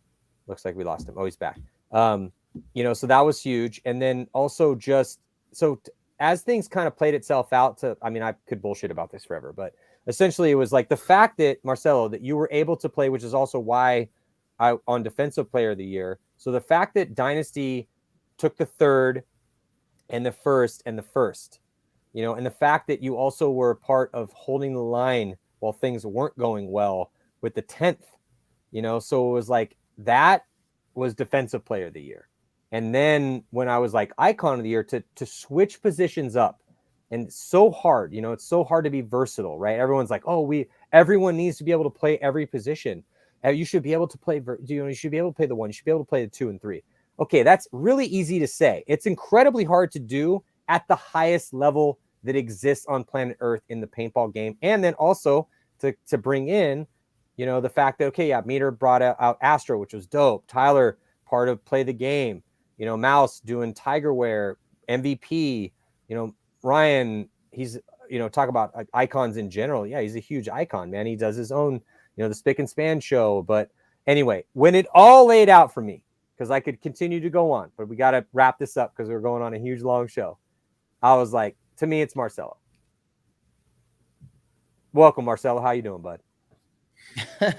Man, Matty, Quinn, guys, I'm doing great. That was a hell of a little intro, but you said we got to wrap it up because it's been a long show. I'm just getting here, man. What do you mean? I know. Gotta go? No, hey, well, I mean, I got pee, dude. I've been here for 2 hours. We didn't give my man a pee break. Come on now. I thought the host had I mean, I might have to take a pee break and let you guys discuss things, Yeah. but no, but so I just, Quinn, I would like to, before we let Marcello in here to discuss, you know, obviously this is, you set all this up, brother. And I really got to tip my hat again to you and Iconic Paintball.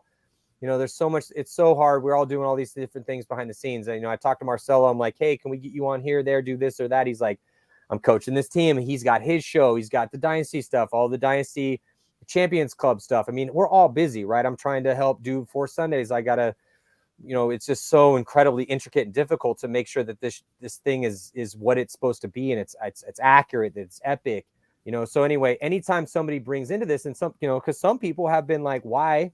So I almost want to give my own award to you, Quinn, you know, for the like, let's make people give a shit about this award, you know, and like is like a, you know, like a golden brick of making people care about paintball award to you, Quinn, because you know, we need as many people in this fight as possible. So I'm glad that you set all this up. But then when we came down to kind of like the main award, like I said, in all these different qualifications, you know, Marcello, you were my number one guy, and I will fight this fight. I'll argue with whoever you want to argue with about this. That's what we kind of need to do sometimes in this situation. Quinn, what are your thoughts? Yeah, I mean, I've said a lot about Marcello throughout the year just because, you know, not only this year, but in general, man, you're a stellar player, Marcello. I've said it before with the defensive dynasty and kind of the versatility your ability brings to that team. I think it can be easy to find successes at a team at the pro level when you always know you have a guy like you on the back line. you can kind of take risks when you're out there as a team like Dynasty, because they can always kind of rely on that fact. When it goes to hell, I know Marcello's on the back line, and he'll close it out, make things happen. And I'm super proud of you, man. I think you've really dedicated yourself to building a culture in this sport off the field as well. And I think what you were able to do with Play the Game podcasts, with, going all over the world and teaching paintball athletes, people who've never picked up a gun, anyone that can, listen, learn, and hear, you're willing to sit down with them and take the time to teach them. And, I think that's huge of what goes into what an icon is. And again, that's why I'm so proud you're the guy to win it. I mean, man, I said this last time I was on the show. I forgot what the show was in regards to, but we were talking about these awards, and told you that I got the chills in the waiting room just hearing you guys speak of the game in this way, and having these type of nominations for the athletes.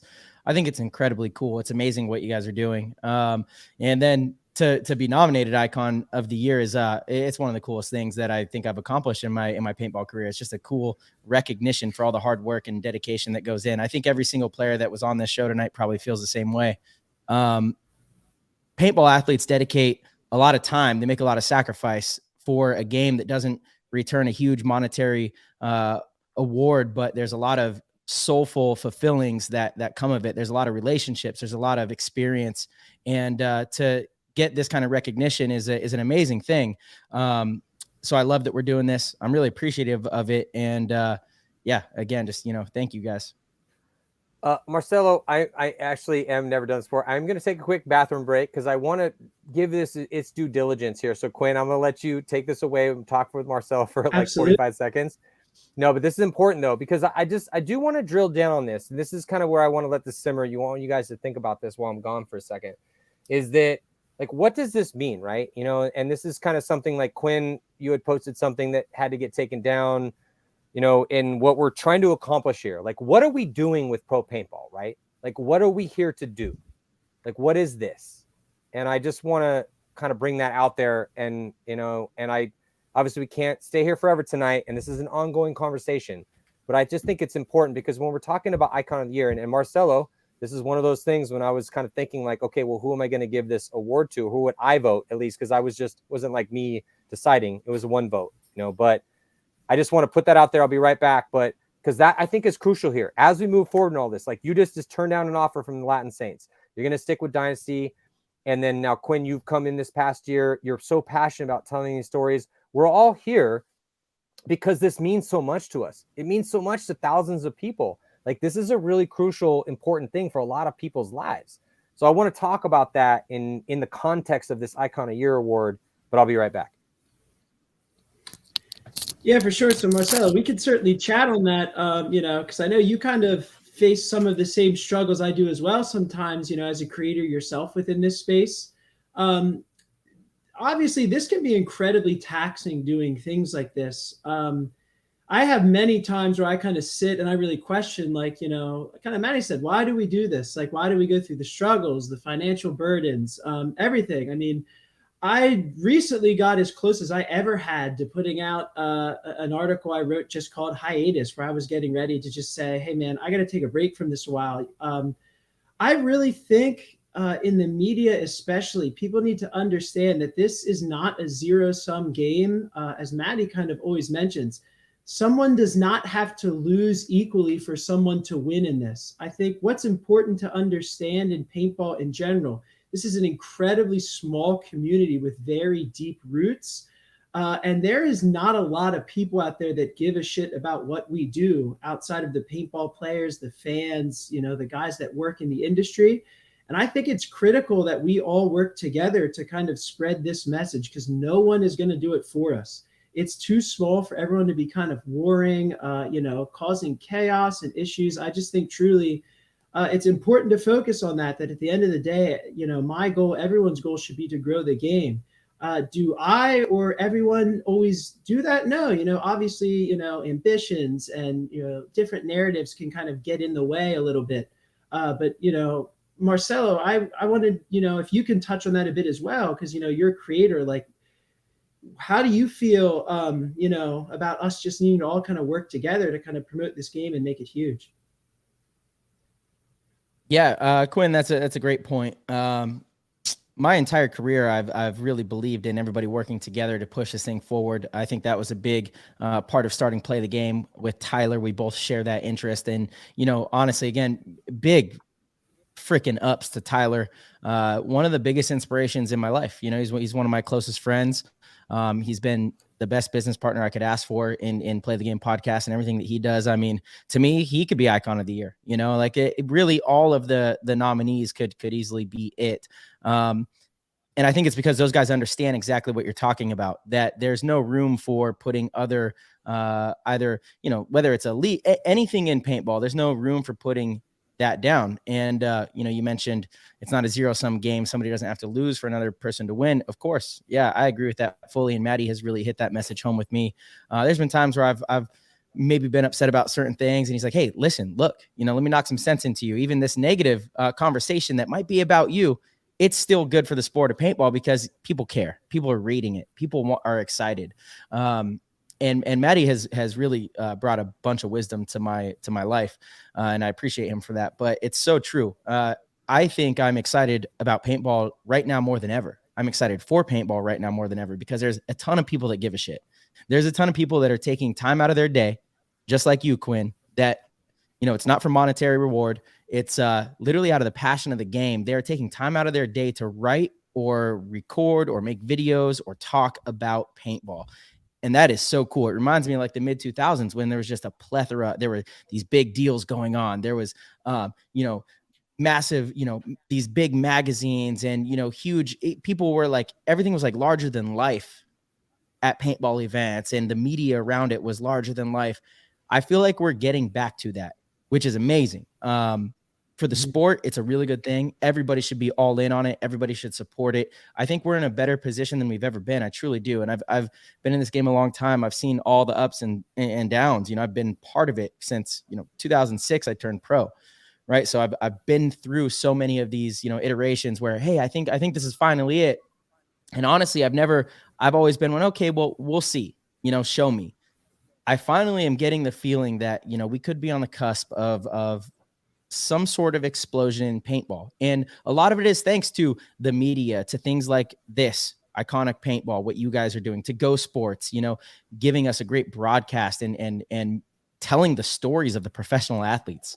Ultimately, that's what it's going to do for competitive paintball. We need to tell good stories. We need to do things just like this. So for me, I'm all in on all the media, all of the support, everybody working together. I think majority of the pros and the people that matter in the game are on the same page with that. That's part of why I think we're in a better spot now than we have been in a long time. Yeah, absolutely, man. And I agree. I think all the new guys out there, and even the guys that have been doing it for a while, just everyone's doing such great content now. And I agree, man. It just feels different lately around the media. I mean, a lot of that obviously goes back to the roots of Matty, man. I mean, he's been doing this, almost 3 decades now. And, you have tons of new good guys. I mean, the Let's Talk Paintball guy is kind of out doing tons of cool stuff now. I mean, obviously Scotty with Will Ball for Soup. He's been doing this for, a really long time on YouTube. There's a lot of good young creators that I think if we, if everyone just kind of keeps getting behind the message of let's just grow this game, there's no limit to what we can do. Yeah, I don't know what I missed while I was using the restroom, but everything since I've come back and put my headphones in, I've just absolutely loved. Just gotten heavy. Yeah, man. I mean, well, look, here's the deal. We're talking about, right? What are we talking about right now? Like, what are we discussing? We're on the eve of the 2022 NXL season, the tip of the spear heading to the world, the best players in the world. The Latin Saints are coming in, throwing a shit ton of money around, trying to get guys like Marcello, to buy into what they want to bring to the world and be a new Impact or a new Heat or a new whatever, Dynasty, however you want to call it. Longer conversation. Marcello says no to that. We got Tyler saying no to that. This is for another show. I don't want that to eat up this show, but that's what's happening, but at the same time, we also do have, I just feel like these stories, and this is the same thing I've been trying to preach to anyone that will listen for almost 30 years now. Like Marcello, you got into it, 2004. I've been here since 1994. And it's always been so fascinating to me. It's always been such an interesting thing. because to me, like, what are we doing? Like, and I always ask, I will come back to that question. I will continue to return to what are we doing here? What are we watching? What is happening? I always ask myself that question because that's my foundation of then as a springboard to the stories that I end up telling.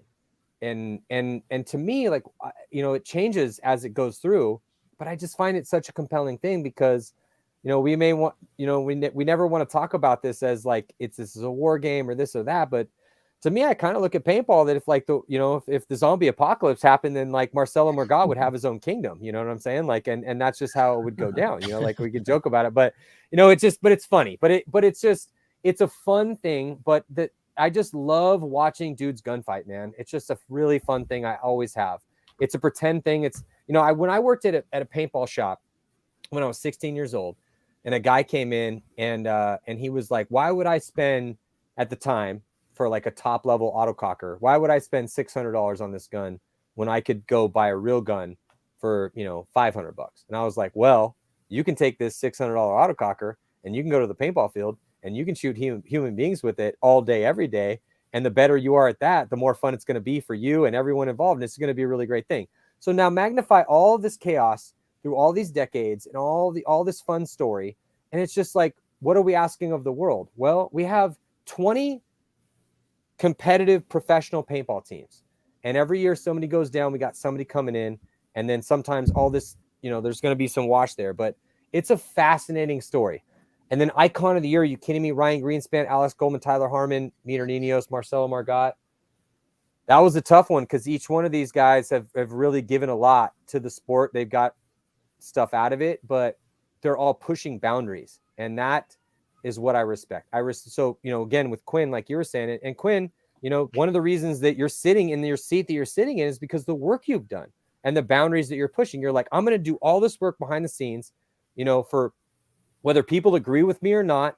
And I want to have all these different, metrics of greatness. And I'm going to, you started out with your like best paintball players that you thought, and like, not everyone agreed with you on that, but you stuck to your guns. And I have to respect that. And so it's you got to put Dalton Vanderbilt on that list. Amen. Yeah, man. Yeah, for sure. Everyone's gonna have their own list, dude. For every human being, for every dude that watches paintball, there's going to be a different list. It's like the NBA came out with the NBA's top 75, and Klay Thompson wasn't on it. He was pissed. He was like openly talking about it on Instagram. He was so mad. He's like, "How am I not on this list? I'm for sure on this list." And there's people on the list that like Klay Thompson should definitely be on that damn list. Hey, right? Hold on. I mean, can we? Hey, let me talk Dalton real quick. Hold on. I don't know. Well, obviously, Marcello, you got your own thoughts on this, but that's the thing. It's like with Let's Talk Paintball and Will Ball for Soup, and I know I could tell. I don't know Let's Talk Paintball. Scotty. I think it's Scotty with Will Ball for Soup. Look, I like all these dudes, man. I just want people telling paintball stories, dude. Everyone is entitled to their own paintball story. If you look back at the history of football, baseball, boxing, UFC, all these different institutions that we think are these Everest-like huge pinnacles for professional sports, how did they become that? How did that peak rise above sea level to reach that height? Okay, it reached that height off of human work and fascinating stories. That's how it got there. And it got there from multiple people, sometimes dozens, hundreds of people being willing to tell those stories. And when you also look at the journalists that cut their teeth in these stories, they didn't necessarily give a shit what the Marcello Margotts and the Tyler Harmons of the world thought about the way that they were kind of filtering how they told these stories. Because that's their story. I think this is amazing. I want to be a part of this, and this is what. And so you're giving me all these things. Well, I'm a human being with a working brain. I'm entitled to my own version of this, and here it is. Do you like it or not? And back in the day, that was newspapers or radio programs. Again, longer story. Point is, what are we asking? What are we giving to the world to give a shit about this? And that's where we kind of come to all these icons, right? So it's like Ryan has done so much. You and Tyler have done so much. Meter with Astra now starting his thing has done so much. Mouse, I would like Mouse to do more interviews. I would like to hold Mouse to task to be more of a personality, because I feel like he's so good when he does them, and We need that, you know, and it's up to every individual how much they want to give to the world. I don't give as much to the world as I probably should. It's hard for me. This shit is hard, dude. It's hard for me I give as much as I can. I have for almost 3 decades now, you know, but it is what it is. But so I get it. I get it with Mouse, and I understand where he's coming from. But that being said, the more that we give to the world, the more people know, the more they want to know. And the better that the position of the sport of paintball is off of that. So this is the stuff I wanted to talk about to kind of clear the air, you know, because again, I just think it's super crucial as we move forward, because we are heading into an interesting precipice for the sport as general, or just in general. Marcello, what do you think? I'm sorry, Matty. I don't understand the question. I think you had a lot there. It's not a question. It's a conversation. It's not a question. It's a conversation. I would like you to continue the conversation. Matty, yeah. Matty, I agree. I mean, Mouse gives great interviews when he does. I know the one time we got him on Play the Game podcast, I was so excited because Mouse is the man. You know, I love Mouse. He's one of my best friends of all time. Yeah. I've known him since we were just little babies. You know, we were 12, 13 years old, running around on the paintball field. So got a lot of love for Mouse, and he's one of the best players to ever play the game, not even just in the current era. He's in that elite category. I tell him this all the time, but he's not going to do that. And actually, I will push back a little bit on I would like him to do more, because I think in sports, it's good to have all the facets, because he taps into a certain fan base that I don't tap into. Right. And it's that fan base that likes that. I'm not going to talk to the media. I'm just my head down. I'm working. There's something to that. He has such a big fan base because of that. Like, people appreciate that about him. Now, that's not for everybody, and we can't have majority of the sport doing that, because that's not good for the sport of paintball. But to have one, and you can only be that one if you're as good as Mouse. You can't be that one if you're, you know, a few tiers down. You just can't do it. But he has carved out this niche for himself that people respect, fans respect. People care to watch him play because of who he is. People tune into GoSports because of who he is. People tune into any interview that he does do because of who he is. Who knows if he were to be, you know, started to do a ton more, if that would get drowned out and less people would care. He has created that brand for himself. And in my opinion, he's like an outlier, right? He's like, to me, he's that one outlier. Let him do his thing. That's my opinion of it. And you know, you and I, we're on the same page with like, yeah, majority. Let's get everybody talking, pushing the sport, more interviews, more this, more that. But there's something like mysterious about, you know, that kind of player, that kind of personality. You know, I don't know. Yeah, what do you think? no, and no, I mean, I don't completely disagree. I just think that I would always default to the way the human brain actually processes information. So, and this is a little bit of a longer conversation, maybe not necessarily for this specific instance, but so as much as you and I would want to sit here and discuss like, oh yeah, you know, like that's that brand of human and that they can generate interest through that. In my opinion, and also I feel backed up by the actual, like if you look at the studies of like how the human brain works when it's consuming information, I don't think we have that luxury as paintball. And like, because this is not a generational thing.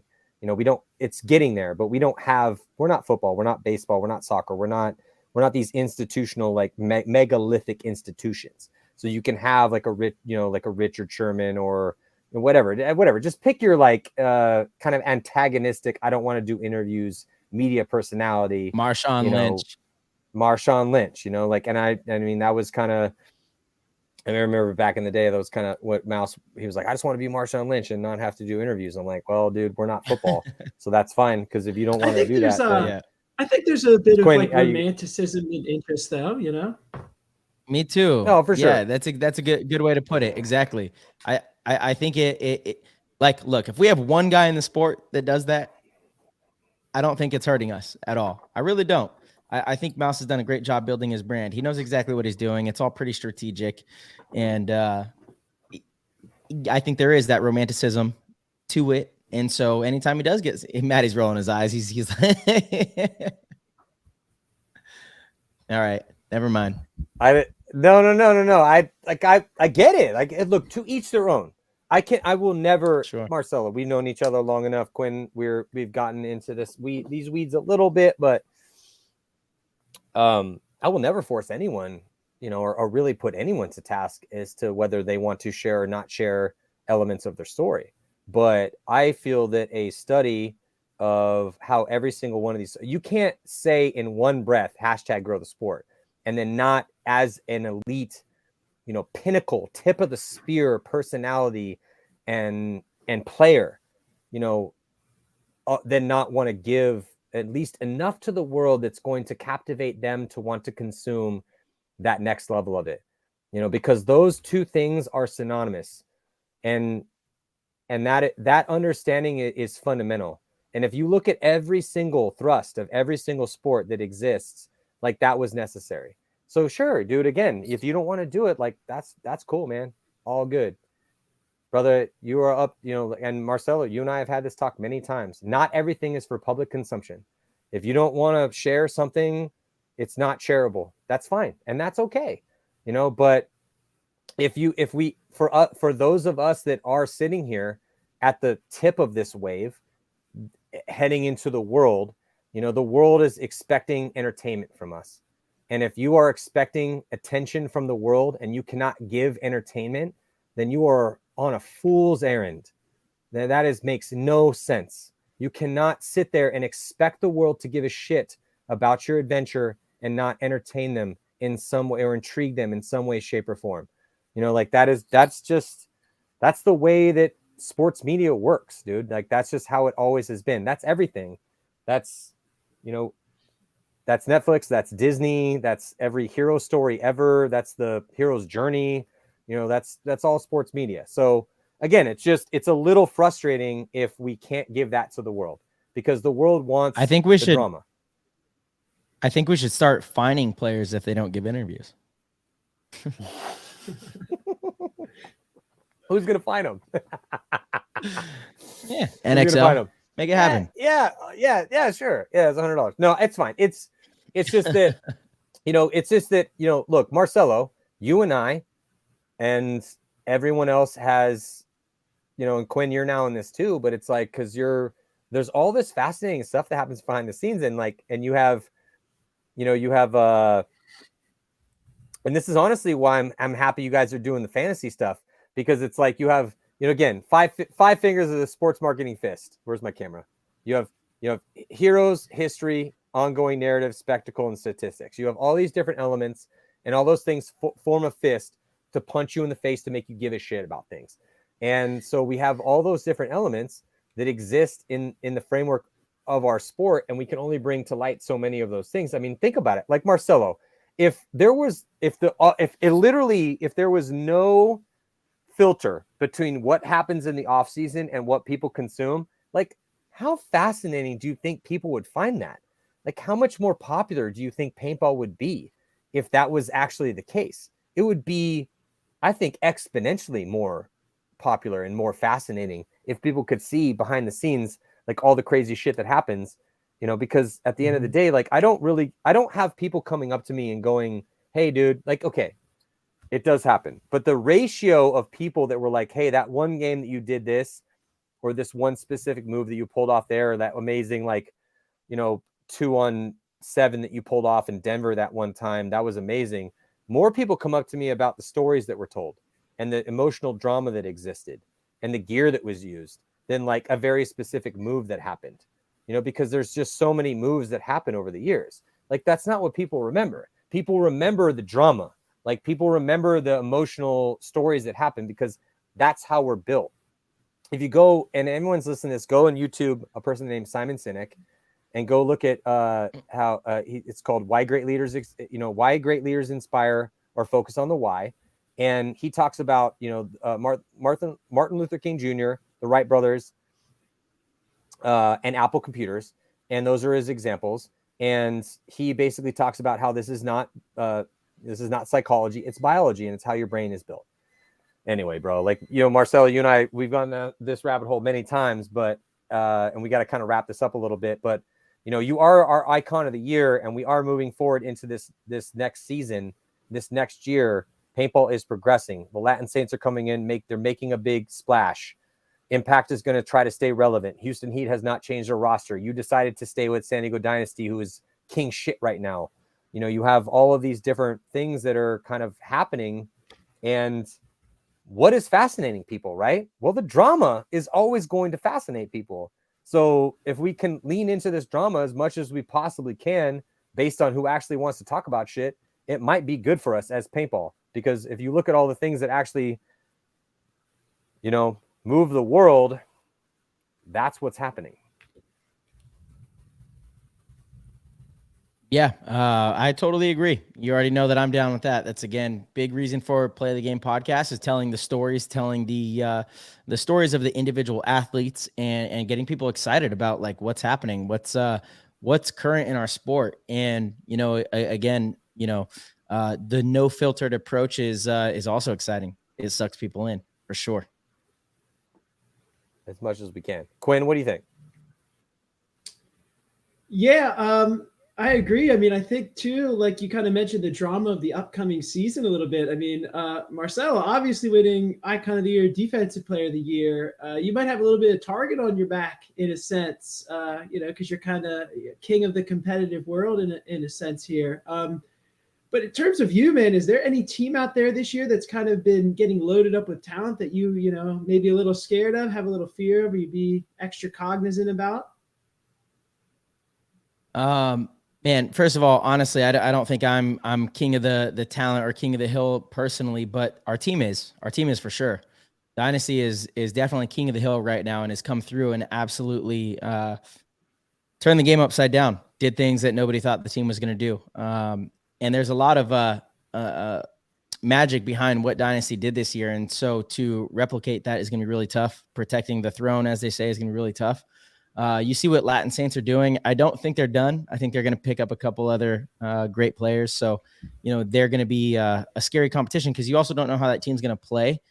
As it is, when a new pro team comes into the league and you play them before. So we play Latin Saints. They're in our bracket first event. So any other year, if a new team comes into the league and you have to play them before anyone else plays them, it's kind of like, I don't know how these guys are going to play. I don't understand their tendencies. I don't know what their strengths are, or their weaknesses. So there's a little bit of that to it. And Latin Saints have that, but with an extremely talented roster. So they're going to be deadly. They have the resources to practice and train and dedicate their entire year to winning paintball events, which is a really cool thing that Diego's doing for this organization and for professional paintball athletes. So they're on the radar. I think Impact is still going to be strong. I think X Factor is going to be hungry. I know you guys had Billy on the show earlier. Billy is playing some of the best ball he's ever played, and they have players that are just through the roof. So X Factor is going to be really good. Houston Heat is going to be really, really good. I think a big thing with them last year is, they won the Philly event kind of on excitement and energy and that flow, and they played really well. And then they just weren't gelling quite as much throughout the rest of the season. World Cup was also, they were one call away from moving on to the finals and playing us. And who knows, that game could go either way, and maybe they win the World Cup and the series there. Actually, I think no matter what, since we beat Infamous, we may have won the series. I forget how that shook out, but either way, you win World Cup. That's all people really care about. So who knows? And this year, I know they're going to be stronger than last year. They've had some time together. Adding Tyler, he's going to be integrated with the team really well. So, really, I'm just excited for the entire league because it's going to be a lot of competition. But, we kept our whole team together and we added Archie, which is just huge. I can't say enough good things about Archie. He's just a phenomenal player on the field, and what he brings off the field is tremendous. I think team chemistry is so important to winning events no matter what level you're at. And all he does is add to our team chemistry. He makes things better, makes things more fun, brings the group closer, and he brings an intelligence that and a perspective that is just absolutely, amazing.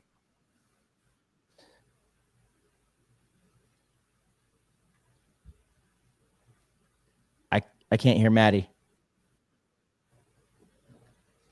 Marcello. Yeah, I can't hear him either. There you go. Oh, yeah, there we go. Nope. I heard this. No. Can you hear me? Yeah. Okay, yes, there you are. 1, 2. All right. So I was just going to say, last question before we sign off, because this is the official longest show we've ever done before, but rightfully so, because we've had, I think, 8 or 7 or 8 different people come in. So this is epic. I'm so happy we were able to do this. But, again, it's just, you won Icon of the Year to me because of the diversity of your personal playing ability and your ability to transition. Again, Defensive Player of the Year and Icon of the Year. Icon of the Year obviously extends beyond just playing. It has a little bit more to do with, who you are as a human being in the confines of this industry and what you're, bringing to bear there. But obviously playing ability is a huge part there too. So the fact that you were able to transition between, and we've talked a little bit about this already on the show, but I would be remiss if I did not ask you this question before we signed off, is that you had to transition between, a win in Chicago where you were playing a little bit more of a defensive role and on the D side, and then now you have to play offensive at Cup, and obviously completely different layout because the layout changes at every event. If you're unaware of that, if you're just joining us and trying to enjoy some paintball drama, and thank you so much for joining us if that's the case and staying around for this long, because it does get a little bit crazy out here. That's my whole point. But Marcello, dude, again, one of the big reasons we're tipping our hat to you in respect and giving you this award is your ability to transition and play completely different positions and still help your team win. Give me some insight to that. Yeah, Matty. First of all, I think all of the top players can play any of the positions. It's part of the understanding of the game. The snake players that are the best in their position, they're the best because they understand all positions. So they can counter, they understand other players' weaknesses. They understand the totality of a game. And for me, it's no different. I mean, I've grown up playing all over the field. For me, it also was I think I said this in a previous show, but it was like a no pressure situation to go back and doing something that I love and something that I grew up coming to do, because Dalton got hurt, right before the event. So it was like, oh, who's going to go over there? And I happily volunteered, and if I don't do well, I mean, shoot, you know what? I haven't played that position in a while. You could always put your hat on that, I guess. But ultimately, I had a major chip on my shoulder for that too, because, again, it kind of goes into that Defensive Player of the Year thing.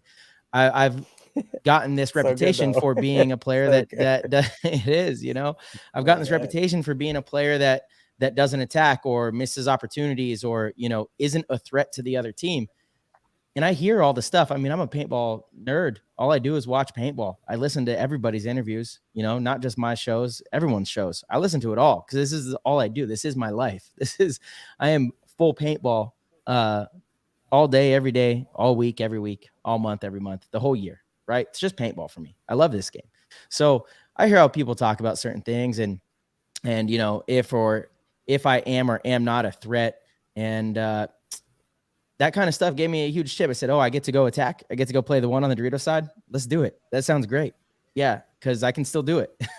And I actually think that's a really exciting thing about picking up Archie.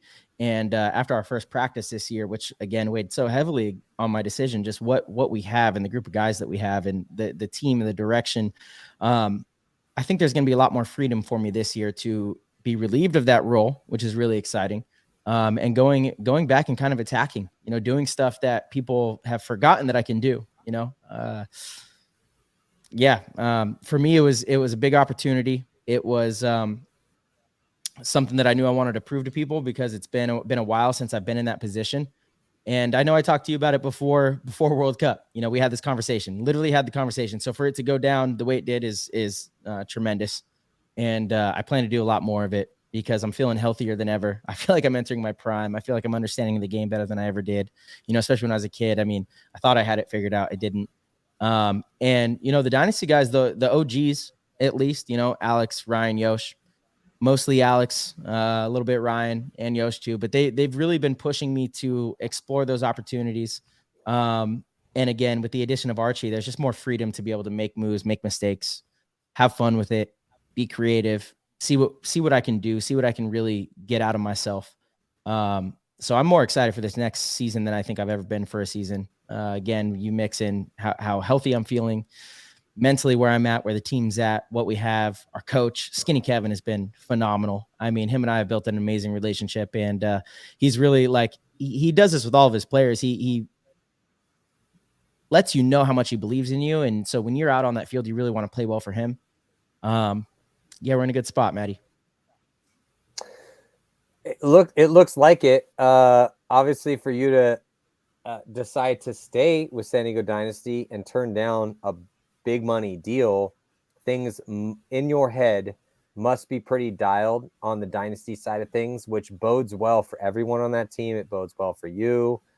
So again, it's just as you know, our Icon of the Year award winner, I'm just happy that you know that things have kind of shaken out this way for you, because we could have been having a different story here today as we had this discussion and things kind of went forward to the future. That would have been fine too. You know, again, things are getting very complicated and complex and nuanced in pro paintball, and that is a good thing. So I'm happy about that, and that just leaves more for us to talk about in the next show. Quinn, before we sign off, anything that you got for us? Only question I have that a few people have asked me, Marcello, are you going to wear both of your Icon headbands at the same time? Depends on how cool they are. I don't know. Are they both the blue ones? Because they're pretty sick. That blue one with the gold thing is really dope. Yeah, man. It's the Icon Warband. It's meant to be the award trophy everyone can wear for winning an award. Oh, man. I think I'm definitely going to have to wear one of them. That's for sure. Seems like it's going to be some good luck. For sure. Yeah. It's funny because like we were hoping to get Oliver here, so I like pulled out all my Hormesis headbands, and I got like the Project one, I got like the Sandana one. Mine's in my like still in the back of my car covered in paint, but then I have like the like Meat Hammer one, which like nobody has, you know. I don't know if you ever seen this like Meat Hammer logo, which is like not really appropriate. Softball so if you hung around so if you hung around long enough to see the Meat Hammer logo, that's there's like I'm not even gonna comment on what that looks like to me. Dude, we're 2 hours and 25 minutes into this. I'll be shocked. I'm not gonna get any emails about that. All the email people were they tuned out. They're out. Anyway, they're done. Yeah, they're out. Anyway, dude, thank you guys so much for this. Congratulations, Marcello. I mean, Jesus Christ, dude, you had a hell of a year, especially considering what we were discussing behind the scenes.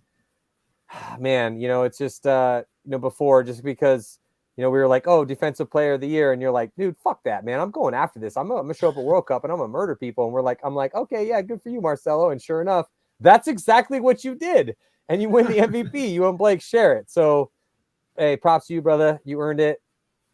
You know, I mean, you've been at this for an incredibly long time, and it's been a pleasure to kind of watch you in this battle, both in front of the camera and behind it. Quinn, thank you so much for everything you've been doing, and it's just really impressive that you burst on this scene and kind of made all these really cool kind of confines for these stories so that we could discuss all these amazing people. And a lot of them we had on here. Hopefully we'll get another show too, because there are still some more Iconic of the Year awards to discuss.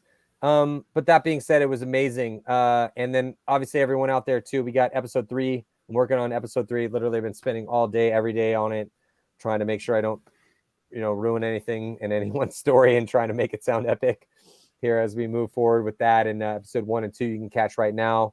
But before we sign off, Quinn, anything you got for us? Yeah, man. Again, I'm just appreciative of all the kind words. And I mean, as you said, if your angle was to hit epic on 4 Sundays so far, I mean, you far surpassed that. The first 2 episodes were absolutely incredible. The stuff you write is often my own metric of I rate your stuff as a 10. And I'm like, okay, if I can at least get to like a 5 or 6 on the Matty scale, I feel pretty good about it. So your stuff with the episodes have been epic, and I can't wait to see episode 3. No, I appreciate that. So yeah, I mean, the story is important to me because this is our story collectively, and we're putting this in the history banks. Marcello, before we sign off, obviously Icon of the Year again. Congratulations, dude, and everything that you've been, handling behind the scenes and everything. I know it's been a really crazy off season for you, but you are now set, moving forward with Dynasty.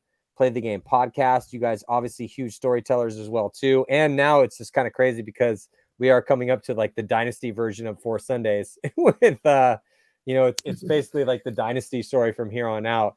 So and I got to give a big shout out to Art, who's our, you know, is our editor behind the scenes. And he's crushed it. But, you know, when I'm sitting there at these situations and I'm like, hey, okay, so because we have to discuss like, okay, well, you know, hey, how much voiceover do I need about this specific story, or obviously with this and that, and like based on our interviews.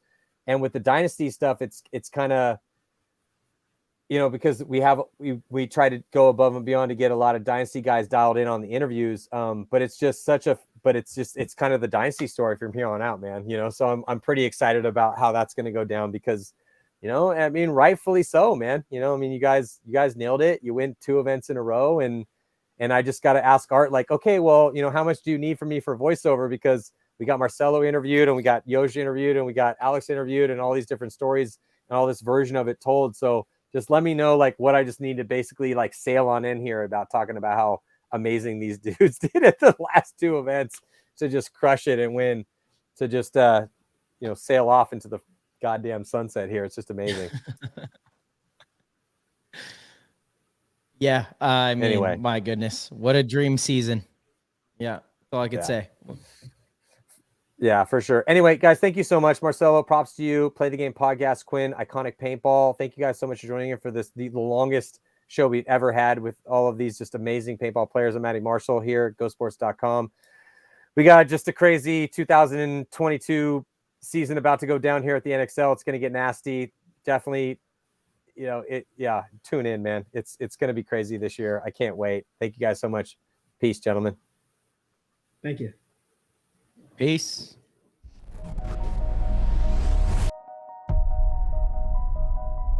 To what would you give each moment in a day if you knew that you only get 4 unique and different days to shine?